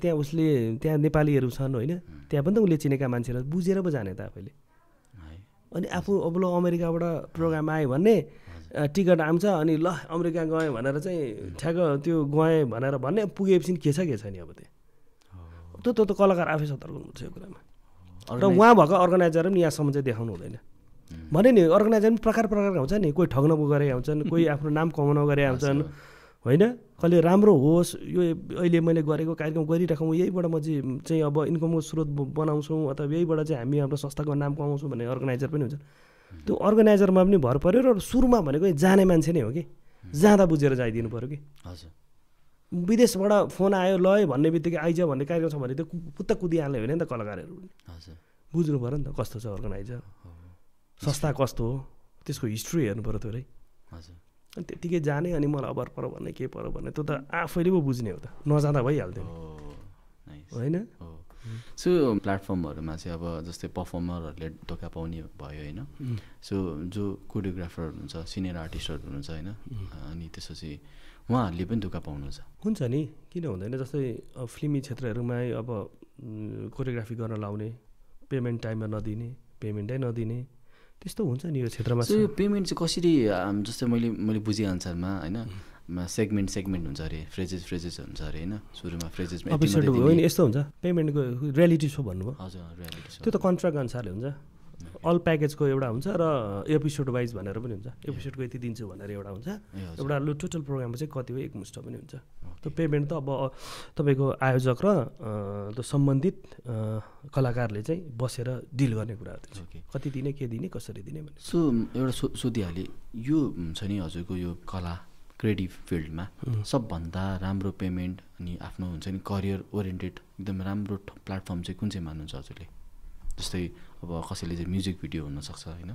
कसैले चाहिँ अब फिल्म क्षेत्रमा हुनसक्छ कुन चाहिँ रियालिटी सोमा हुन्छ कोही चाहिँ स्कुल कलेजहरूमा चाहिँ आबद्ध भएर चाहिँ गर्ने हुन्छ सो हजुरलाई चाहिँ हजुरको एउटा आफ्नो एउटा प्रेजेन्टेसन हजुरले गर्नुभएको त्यो अनुभव एक्सपिरियन्स अनुसारमा चाहिँ कुन चाहिँ ठिक छ मैले त त्यस्तो यही हुँदा र यसरी नै हुँदा त यस्तो पेमेन्ट आउँछ भने त मैले चाहिँ त्यसरी बुझाएको छैन त पेमेन्ट चाहिँ कस्तो हुन्छ भने जस्तै एज अ गायकतिर जाउँ भोलि गएर गायकहरूले चाहिँ गीत हिट भयो के भयो भने अब त्योबाट गीत युट्युबबाट राम्रो एउटा पैसा आउँछ हजुर युट्युबबाट आउँछ र विदेशी प्रोग्रामहरू र स्टेज प्रोग्रामबाट चाहिँ राम्रो कमाउँछन् गायकहरूले चाहिँ गायकहरूको राम्रो दिएको छु मैले त अब डान्सकै कुरामा चाहिँ कस्तो हुन्छ भने मैले भने नि स्कुलको क्षेत्रमा एउटा राम्रो शिक्षित कोरियोग्राफर छ भने उसले भनौँ न राम्रै पैसा लाख रुपियाँ 1.5 लाख रुपियाँ छ भने उसले महिना पनि कमाएको पनि दिएको छु पैसाकै सिलसिलामा अर्को फिल्मीमा पनि अहिले राम्रो छ राम्रो कोरियोग्राफरले एउटा गीतको 1 लाख 2 लाखसम्म पनि ल्याएको छन् एउटा गीतको कोरियोग्राफी सो त्यो कोरियोग्राफी चाहिँ कतिको च्यालेन्जेस हुन्छ जस्तै एउटा हुन्छ नि अब दोहोरीहरू गर्नु पऱ्यो नभए एउटा फिल्ममा गएर कोरियोग्राफी गर्नु पऱ्यो भने चाहिँ कति महिना लाग्छ त्यो त्यस्तो हुन्छ जस्तै एउटा गीत सामान्यतया एउटा फिल्मी गीत एउटा सामान्यतया सक्दा भनेको कसैले 1 दिनमा पनि सक्छन् कसैले 2 दिनमा पनि कसैले 7 दिनमा पनि सक्छन् राम्रो दिनु छ राम्रो गर्नु छ भने अलिकति टाइम लिएर गर्नु पऱ्यो होइन ठिक छ गरौँ न बजेट छैन केही छैन भने पनि त 1 दिनमा पनि एउटा गीत सक्न सक्छ यसको ठ्याक्कै यति दिनमा सक्छ भन्ने नै हुँदैन कहिले मौसमको खराबले पनि टाइम नमिन सक्छ होइन अब हामी कन्याम सुटिङ गरेर गयो हुस्से लाग्यो भने त एकपल्ट त्यस्तै भएको थियो 1 दिनमा सक्छु भनेर हामीले सुटिङ गएको थियो 5 दिन लागेको थियो त्यो हुस्से लागेर त्यसपछि त्यो कस्टिङ पनि बढ्यो कस्टिङ बढ्यो नि पर डे कस्टिङ बढेर त पर डेमा जान्छ नि त इक्विपमेन्टहरू त पर डे हुन्छ अनि कस्टिङ बढ्यो नि अब जस्तै 1 लाख रुपियाँमा सक्छु भने कहाँ 5 दिनबाट पनि 5 लाख भयो क्या त्यसको भएन त 5 दिन हो नि भोलि गएर आफूले कन्भिन्स आफ्नोले चाहिँ अब त्योलाई चाहिँ अब भन्न सक्ने कुराहरू जस्तो यस्तो भयो बुझाउन सक्यो भने त्यो उसमा भर पर्यो कति के गर्छ ल यस्तो भइहाल्यो त हुस्से लाग्यो ल टेक्निसियन भाइ यति चाहिँ गरिदिनु पऱ्यो ल कलाकारले यति गरिदिनु पऱ्यो एक्टर एक्ट्रेसलाई चाहिँ अलिकति गरिदिनु पऱ्यो मलाई त्यो बरु तर जति दिन होल्ड भयो त्यति दिनको कस्टिङ चाहिँ बढ्छ हजुरलाई चाहिँ जस्तै कल्चरल डान्समा चाहिँ कसरी चाहिँ जोडिनु भयो त कस्तो भयो सानैदेखि यसो नाच्दै हिँड्ने के गर्दै हिँड्ने त्यसपछि म कलेज लेभल जोइन भएँ कलेज लेभलमा गएपछि चाहिँ मेरो चाहिँ एम चाहिँ यसो कोरियोग्राफर बन्ने एमै होइन क्या मेरो चाहिँ होइन मेरो एमए बिचमा टर्निङ पोइन्ट भयो त एम मेरो त्यो पनि होइन मैले आफ्नो एम कलेज लेभलसम्म मैले म के बन्छु भने मैले सोचेको पनि थिइनँ त्यसरी गइरहेर गरेको पनि थिइनँ भनौँ न सामान्यतया यसो कहिलेकाहीँ यसो देउसी भैलोमा नाच्दै त्यति मात्रै वर्षमा 1-2 चोटि यसरी अलिअलि गर्दै यसो नानीहरू भेला पारेर सिकाउनु हिँड्ने टाइपको मात्रै थिएँ पछि कलेज पढ्दै गर्दा के भयो भने मेला लाग्छ त्यहाँ वृन्दावनमा प्रत्येक वर्ष मेला लाग्थ्यो अनि मैले एउटा डान्स हेरेँ त्यो डान्स चाहिँ हिन्दी थियो त्यो डान्सले चाहिँ मलाई कस्तो पारो भने यस्तो मलाई चाहिँ इम्प्रेस पारो त्यसले त्यो डान्सले चाहिँ आहा म यतिको नाच्न पाएँ यतिको हुन पाएँ चाहिँ कस्तो हुन्थ्यो होला भनेर मलाई एकदम त्यो डान्सले चाहिँ मलाई चाहिँ हिट गर्यो। हिट गरेपछि के भयो भने त्यसपछि म डान्स सेन्टर कहाँ छ त यहाँ डान्स कहाँ छ भने खोज्दै हिँड्दा मैले त्यहाँ भेटेँ। अझै पनि मलाई त त्यस्तो एम त त्यो छैन, म त्यतिको नाच्न पाएँ भनेर खोज्दै हिँडेँ। भेटेपछि अनि त्यहाँबाट सुरुवात भयो। त्यसपछि डान्स गरेको वर्ष 1.5 वर्षमा कुनै एउटा स्कुलबाट त्यस्तो अफर आयो। त्यतिखेरसम्म कल्चर डान्स त्यति थिएन। त्यसपछि चाहिँ के हुन्छ भने कल्चर पनि सिकाउनु पर्दो रहेछ भन्ने बुझियो कम्पिटिसन एक्जाम। त्यसपछि मैले खोज्न थालेँ, अनुसन्धान गर्न थालेँ, विभिन्न गाउँ धाउन थालेँ। अब यो कल्चर डान्स चाहिँ कस्तो हुन्छ भने इन्स्टिट्युटमा सिक्न पाइन्न क्या। यो इन्स्टिट्युटमा यस्तो हुँदैन। अहिले पनि इन्स्टिट्युटमा गएर म सन्थाल डान्स सिक्छु भन्दा पाउँदिनँ क्या। सन्थाल डान्स भएकै ठाउँ जानु पऱ्यो कि सन्थालसँगै सिक्नु पऱ्यो। भोलि गएर लिम्बूको च्याब्रुङ गएर सिक्छु भन्दा कहाँ सिक्ने अब यहाँ कहाँ खोज्ने। म लिम्बू गाउँ नै जानु पऱ्यो, फ्याट्टै भेटिन्छ त्यहाँ। जाने, उनीहरूसँग गफ गर्ने, संस्कृतिको कुरा सोध्ने, उनीहरू सँगसँगै नाचेर सिक्ने क्या। संस्कार संस्कृति यो लोकनाच भनेको चाहिँ यस्तो हुन्छ। भोलि गएर मलाई कुनै एउटा थारू नाच मैले अब बाँके बर्दिया गरेर थारू सिक्नु पऱ्यो भने म त्यहीँ पुग्नुपर्छ कि। त्यहाँ जाने 2-4 दिन बस्ने, उनीहरूसँग बस्ने, सँगै खाने, त्यसपछि अब सबै कुरा सोध्ने, बाजा बजाउनु छ भने बाजा बजाउन सिक्ने, नाच्न सिक्ने, सबै कुरा लिएर आउने कि। कल्चर डान्स चाहिँ यस्तो हुन्छ। सो त्यसपछि त lots of experience, lots of time लाग्ने रहेछ नि त। लाग्छ नि। मैले भोलि गएर मैले पोखरा गण्डकी प्रदेशमा कुनै गुरुङ नाच सिक्नु भयो भने त मलाई हप्ता दिन लाग्यो नि, लागेन? खर्च पनि एक्सपेन्सिभ छ नि, जानु पऱ्यो, आउनु पऱ्यो, बस्नु पऱ्यो। भोलि सिकिरहेको त ल गुरु भनेर गुरु दक्षिणा दिनु पर्छ। भोलि त्यही गीत निकालेर रेकर्ड गरौँ भने एउटा रेकर्ड राम्रो 40-50 हजार खर्च हुन्छ। अब त्यो त मलाई इच्छा छ र म गएँ त त्यो पछि म के आउँछ त मलाई थाहा नै छैन नि, होइन? त्यो पैसा आउँछ आउँदैन त्यो मेरो इच्छा थियो। म गएँ, मैले सिकेँ, आफ्नो नलेज बटुलेँ कि। त्यो नलेजलाई चाहिँ कहाँ प्रेजेन्ट गरेर पैसा लिउँ भन्ने चाहिँ एक्ज्याक्ट त्यो भविष्य उयो नै छैन कि। मेन हजुर खुसी र एउटा आत्माको लागि जानुभएको हो। त्यही हो, आत्मा सन्तुष्टि खुसी नै हो। र अर्को के भने त्यति मात्रै होइन नि। अब हाम्रो उद्देश्य त कस्तो हुन्छ भने अब त्यहाँ भिजियो, अब मलाई यही कुरा गर्न मन लाग्छ। प्लस त त्यसमा प्लस पोइन्ट के छ भने हामी त त्यो त संरक्षण गऱ्यौँ नि। त्यो त कुरा त खोज गऱ्यौँ, अनुसन्धान गऱ्यौँ, बाहिर ल्यायौँ, त्यो कुरा अरूलाई सिकायौँ। त्यो पनि त एउटा सन्तुष्टि हो नि त, होइन र? अनि त्यो पनि हो, आत्मसन्तुष्टि पनि हो। र आत्मसन्तुष्टि अरू केमा पनि हुन्छ भने मैले कुनै एउटा जातीय नाच खोजेँ, त्यसको संरक्षण गरेँ, बजारमा ल्याएँ, सबैलाई बाँडेँ, मेरो कारणले पनि यो कुराको संरक्षण भयो भन्ने कुरामा पनि सन्तुष्टि हुन्छ। सो सुरुमा हामीले चाहिँ जुनसुकै काम गर्दाखेरि पनि हजुरले भन्नुभएको जस्तै मेन चाहिँ आफू खुसी हुनु पऱ्यो, होइन त? हो, म चाहिँ के हुन्छ भने जुनै पनि एउटा पेसा छ भने जुन पेसा तपाईँ गर्नुहोस् त्यो पेसामा चाहिँ आफू खुसी हुनु पऱ्यो क्या। खुसी जस्तै तपाईँलाई यसमा इन्ट्रेस्ट छ नि त। भोलि गएर तपाईँलाई टिचिङ गर भन्दा कस्तो त्यो बोरिङ हुँदैन तपाईँलाई? पेसा त पेसै हो नि, तर त रमाएर तपाईँ गर्न सक्नुहुन्न कि। सक्नुहुन्छ त? यो फोटोग्राफी छोडेर भोलि टिचिङ गर भन्दा सक्नुहुन्छ त? भनेपछि जुनमा आफूलाई इन्ट्रेस्ट छ त्यसैलाई पेसा बनाउने क्या। एउटा फुटबल खेलाडीले चाहिँ फुटबल खेलिरहन्छ भने त्यसलाई नै पेसा बनाउने भन्छु क्या म चाहिँ। क्रिकेट खेलेर भएन, क्रिकेट खेलेर भएन, टिचिङ गरेर भएन, हरेकमा छ नि त। म नाचेरै मलाई सानैदेखि नाच्न पर्छ, मैले नाचलाई पेसा भने म खुसी छु क्या। म भोलि गएर म अरू पेसा गरेको भए म हुन्थ्यो होला, परिवार पाल्थ्यो होला, कमाउँथ्यो होला, त म खुसी हुन्न थिएँ नि त। त्यही हो। सो यो डान्सले तपाईँलाई चाहिँ पर्सनल लाइफमा कस्तो चाहिँ इम्प्याक्ट परिरहेछ? के कुरामा चाहिँ चेन्जेस आइरहेछ हजुरमा? लाइफमा चेन्जेस भन्दाखेरि चाहिँ कस्तो भने डान्सै लिएर चाहिँ मलाई चाहिँ कसरी फाइदा छ भने एउटा एक्सर्साइज पनि हो, कन्टिन्यू एक्सर्साइज हुन्छ, शरीर स्वास्थ्य रहन पनि मद्दत गर्यो यसले। त्यो कुरा एउटा भइहाल्यो। अर्को भनेको मैले त्यही जोडिन्छ, म खुसी छु, एउटा केही संरक्षण गर्छु, नाचको संरक्षण गर्छु। भोलि गएर म आफ्ना विद्यार्थीहरू फैलाउँछु, सबैलाई सिकाउँछु, शिक्षा बाँड्छु, होइन? त्यही हो आफूलाई हुने भन्ने कुरा, आफू सन्तुष्टि नै हो। त्यो पनि विदेशमा कल्चर डान्स पर्फर्मेन्स हुँदाखेरि चाहिँ अडियन्स रियाक्सनहरू चाहिँ कस्तो कस्तो पाउनुहुन्छ हजुरले चाहिँ? विदेशमा यस्तो हुन्छ, अडियन्स रियाक्सन कस्तो हुन्छ भने जस्तै हामीले यहाँबाट विदेश अब डान्स लगिराख्दा भनेको चाहिँ कस्तो हुन्छ भने 2 टाइपको अडियन्स हुन्छ त्यहाँ। नेपाली डान्स हेर्ने अडियन्स एउटा हुन्छ र विदेशी चाहिँ नेपाली नाच कस्तो हुन्छ भनेर चाहिँ हेर्न आउने 2टा अडियन्स हुन्छ। ओके। अब विदेशीले चाहिँ भनेको अब अचम्म तरिकाले अब यस्तो पनि हुँदो रहेछ, यस्तो पनि यहाँको नाच यस्तो हुँदो रहेछ, आफ्नो र उता चाहिँ गर्छन् क्या, उनीहरूले चाहिँ कम्पेयर गर्छन्। त्यो तरिकाले उनीहरूले चाहिँ हेर्छन्। अब नेपालीले चाहिँ अब हाम्रो नेपाली भाइ दिदीभाइहरू आउनुभएको छ, नेपाली पोसाकमा आउनु छ, नेपाली नाचे नाच्दैछ, उनीहरूले रियर हुन्छ नि त त्यो कुरा त भेटेकै हुँदैनन्। अनि त्यो कुरामा चाहिँ उनीहरूले चाहिँ देशको माया, आफ्नो भाषाको माया, आफ्नो संस्कृति परम्पराको मायाको हिसाबले चाहिँ इमोसनली रूपमा हेर्छन् उनीहरूले चाहिँ। त्यसले चाहिँ इमोसन टच गराउँछ उनीहरूले।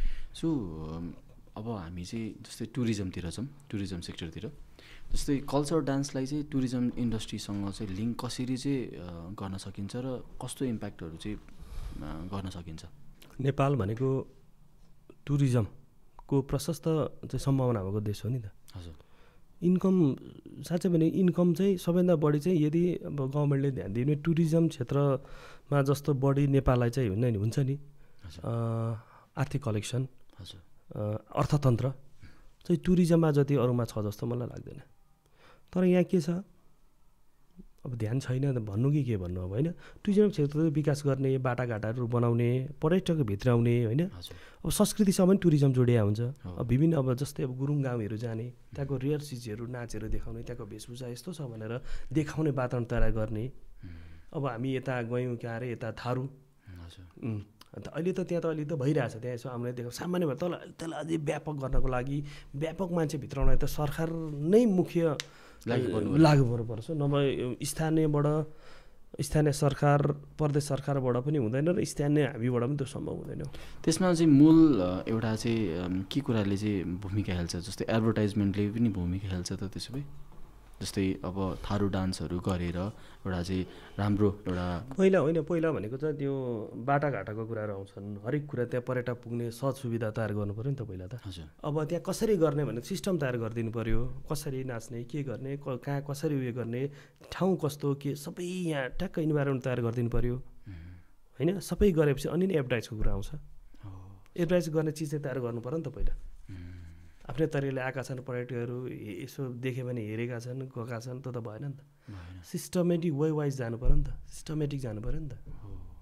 त्यो सिस्टमेटिक वेमा चाहिँ जानलाई चाहिँ नेपाल पहिला लगानी गर्नु पऱ्यो, लगानी गर्नु, बाटोमा लगानी पऱ्यो, त्यो ठाउँमा लगानी पऱ्यो, अनि त्यस्तै चिजमा लगानी गरेर चाहिँ पहिला सबै कुरा तयार गर्नु पऱ्यो अनि एड गर्नु पऱ्यो। सो प्राइभेट सेक्टरको थ्रुबाट चाहिँ पहलहरू चाहिँ भइरहेछ आफ्नो बिजनेसको वेबाट चाहिँ नेपाल सरकारकोबाट चाहिँ भएको छैन त्यसो भए, होइन? प्राइभेट भनेको त प्राइभेटै हुन्छ, त्यस्तो ठुलो इन्भेस्ट गर्न पनि गाह्रो हुन्छ नि त। भन्नाले सामान्य होटेलहरू, सामान्य सञ्चालनहरू गरिरहेका छन्, प्राइभेटले पनि त्यो बृहत रूपमा चाहिँ भोलि यो भनेर पनि गरेका त देखिँदैन नि त। तर सरकारले चाहिँ साँच्चै नै सोचेर गर्नु त बृहत हुन्छ नि त उसको त। प्राइभेटले कतिसम्म धान्ने? सो हामीले चाहिँ यो ग्लोबली लग्न सक्दैन यस्तो कुराहरूलाई चाहिँ, हाम्रो यो डान्स कल्चरल डान्सहरूलाई चाहिँ? यस्तो हुन्छ, अब यो डान्स भनेको गएर हामीले ग्लोबली लगेर त्यहाँबाट इन्कम ल्याउने भन्ने कुरा चाहिँ हुँदैन। मैले अघि पनि भने यहाँबाट ग्लोबली लिएर जान सकिन्छ, जाने हो, आफ्नो कल्चर यो छ भने देखाउने, अरूको कल्चर त्यहाँ हेर्ने हो, आउने हो। कल्चरल एक्सचेन्ज मात्रै हो, चेन्ज मात्रै गर्न सक्छ, कल्चरल एक्सचेन्ज मात्रै। ए ओके। सो हामी चाहिँ अब चाहिँ फ्युचर भिजनतिर छौँ है। जस्तै हजुर फ्युचरमा चाहिँ जस्तै कल्चर डान्सलाई चाहिँ स्ट्रङ कसरी बनाउन सकिन्छ त? कल्चर स्ट्रङ भन्दा पनि यसलाई कसरी संरक्षण गर्ने, कसरी हराएका संस्कृतिहरूलाई कसरी खोज्ने, कसरी त्यसलाई संरक्षण गर्ने र हराउन आँटेकालाई कसरी हराउन नदिने, कसरी संरक्षण गर्ने भन्ने कुरा हुन्छ कल्चर चाहिँ। कल्चर चाहिँ जे छ त्यही हो, जे थियो त्यही गर्नुपर्छ, त्यसलाई मोडिफाई पनि हुँदैन, त्यसलाई राम्रो बनाउँछु भनेर हुँदैन। त्यसलाई चाहिँ के गर्ने, संरक्षण गर्ने कुरा हो। यो संरक्षण गर्नको लागि चाहिँ अब भनौँ न हामी जस्ता नृत्य निर्देशकहरू, लोकनृत्य निर्देशक लागि परेका छौँ, हामी आफ्नो तरिकाले लागि परेका छौँ। प्राइभेट सेक्टरमा पेप्सन एन्ड पेप्सन आफ्नो तरिकाले लागि परेका छ। तर यतिले मात्रै चाहिँ यो म त सम्भव देखिने, कति हराइसके, कति हराउने क्रममा छन्, होइन। हाम्रो मात्रै अब 500 1000 होलान् कल्चर, त्यहाँ नाचहरू नै त्यति होलान् उनीहरू, होइन। उनीहरूका संस्कृतिहरू कति छन्, परम्पराहरू कति छन्, उनीहरूका वेशभूषाहरू अझै कति छन् त्यो सबै त त्यो हामी एक्लै कुदेर सम्भव हुँदैन क्या। त्यसको लागि त सरकारले नै भूमिका खेल्नुपर्छ, एउटा कानुनै पास गरेर चाहिँ त्यसलाई चाहिँ कार्यान्वयनमा लानुपर्छ। तपाईँसँग चाहिँ एउटा अथोरिटी भए कल्चरल डान्समा चाहिँ के संरक्षण गरेर चाहिँ, जस्तै अब हुन्छ नि ठ्याक्कै एउटा भनिदिनुहोस् न स्टेप वाइज स्टेप, एउटा चाहिँ एजुकेसन सिस्टम हुनु पऱ्यो, होइन त? मेरो पहिलो चाहिँ के हुन्छ भने प्रत्येक सरकारी विद्यालयमा चाहिँ एकजना लोक नृत्य निर्देशकहरू चाहिँ जागिर खुलाउने, जागिर दिने। अनि क्लास 4-5 देखि नै, ठुलो 4-5 देखि नै जातीय नाच, जातीय परम्परा, जातीय वेशभूषाको बारेमा एउटा चाहिँ बेग्लै पुस्तक हुनु पऱ्यो। त्यो चाहिँ 5 देखि माथिसम्म नै कलेज लेभलसम्म पढाउनु पऱ्यो होइन। अनि म अर्को के गर्थेँ भने सरकारी निकायबाट नेपालभरि छरिएका, यदि म त्यो ठाउँमा नेपालभरि छरिएका नृत्य निर्देशक कलाकारले एकजुट बनाएर म आफ्नो छाता सङ्गठन बनाएर त्यसको मातहतमा राख्थेँ र उहाँको समस्या बुझ्थेँ। उहाँलाई भोलि भइपरि आउने केही समस्यामा त्यो अनुसारको सरकारी लेभलबाट चाहिँ आर्थिक सहयोग गर्ने कुराहरूको वातावरण तयार गर्थेँ। अनि उहाँहरूलाई पनि कस्तो हुन्छ भने मैले भने नि यो के कुरामा नियन्त्रण गर्न जरुरी छ भने गलत शिक्षा नजाओस्, त्यो कुरामा नियन्त्रण गर्थेँ म। त्यो कुरामा चाहिँ तपाईँ कस्तो गर्थेँ भने ट्रेनिङ दिने कुराहरू सबैलाई कोर्स वाइज ट्रेनिङ दिने, हरेक कुरा विज्ञहरू लाएर चाहिँ उहाँलाई ट्रेनिङ दिने र इक्जाम जस्तो लिने, इक्जाममा पास हुनुभयो भने गर्ने, यस्तो टाइपको हुन्छ नि। नलेज बिगार गऱ्यो भने कसरी त्यसलाई चाहिँ कारबाही गर्ने, भोलि गलत संस्कृति कहिले फैलाउँदैछ भन्ने कुरा उयो भने कानुनी रूपमा चाहिँ होइन यसो गर्न मिल्दैन भनेर बुझाउने हो कि कानुनी रूपमा चाहिँ कारबाही गर्ने, त्यो तरिकाको चाहिँ एउटा म बनाउँथेँ। वाह, जस्तै अब हामी लास्टतिर जाँदैछौँ। सो नेक्स्ट जेनेरेसनलाई चाहिँ कल्चर डान्स के कुरा, कल्चर डान्स चाहिँ एकदम इम्पोर्टेन्ट हो, के कुरा चाहिँ मोटिभेसन दिनुहुन्छ हजुरले चाहिँ? यस्तो लोकनाच भनेको चाहिँ के हो भने हामी नेपाली हौँ भनेर चिनाउने एउटा माध्यम पनि हो लोकनाच भनेको। भोलि गएर तपाईँले आफ्नो कला आफ्नो वेशभूषा बिर्सिनुभयो, भाषा बिर्सिनुभयो, संस्कृति बिर्सिनु भने तपाईँ के कसरी नेपाली पहिचान खोइ त नेपाली हो भन्नुहुन्छ, के छ त तेरो पहिचान, त कसरी चाहिँ नेपाली, कसरी अरूभन्दा डिफ्रेन्स हुन्छ तपाईँले भन्नु पऱ्यो नि। म गुरुङ हो, मेरो ड्रेसअप यस्तो हुन्छ, मेरो भाषा यो हो, म यो तरिकाले विवाहमा यो तरिकाको संस्कार युज गर्छु, मेरोमा चाहिँ पूजाआजा यसरी गरेछ भन्दा अनि पो तपाईँ गुरुङ हो त। यो त यस्तो इम्पोर्टेन्ट विषय छ नि, नेपाली संस्कार परम्परा भनेको हाम्रो पहिचानसँग जोडिएको हो नि त। यो हरायो भने त हाम्रो पहिचानै हरायो।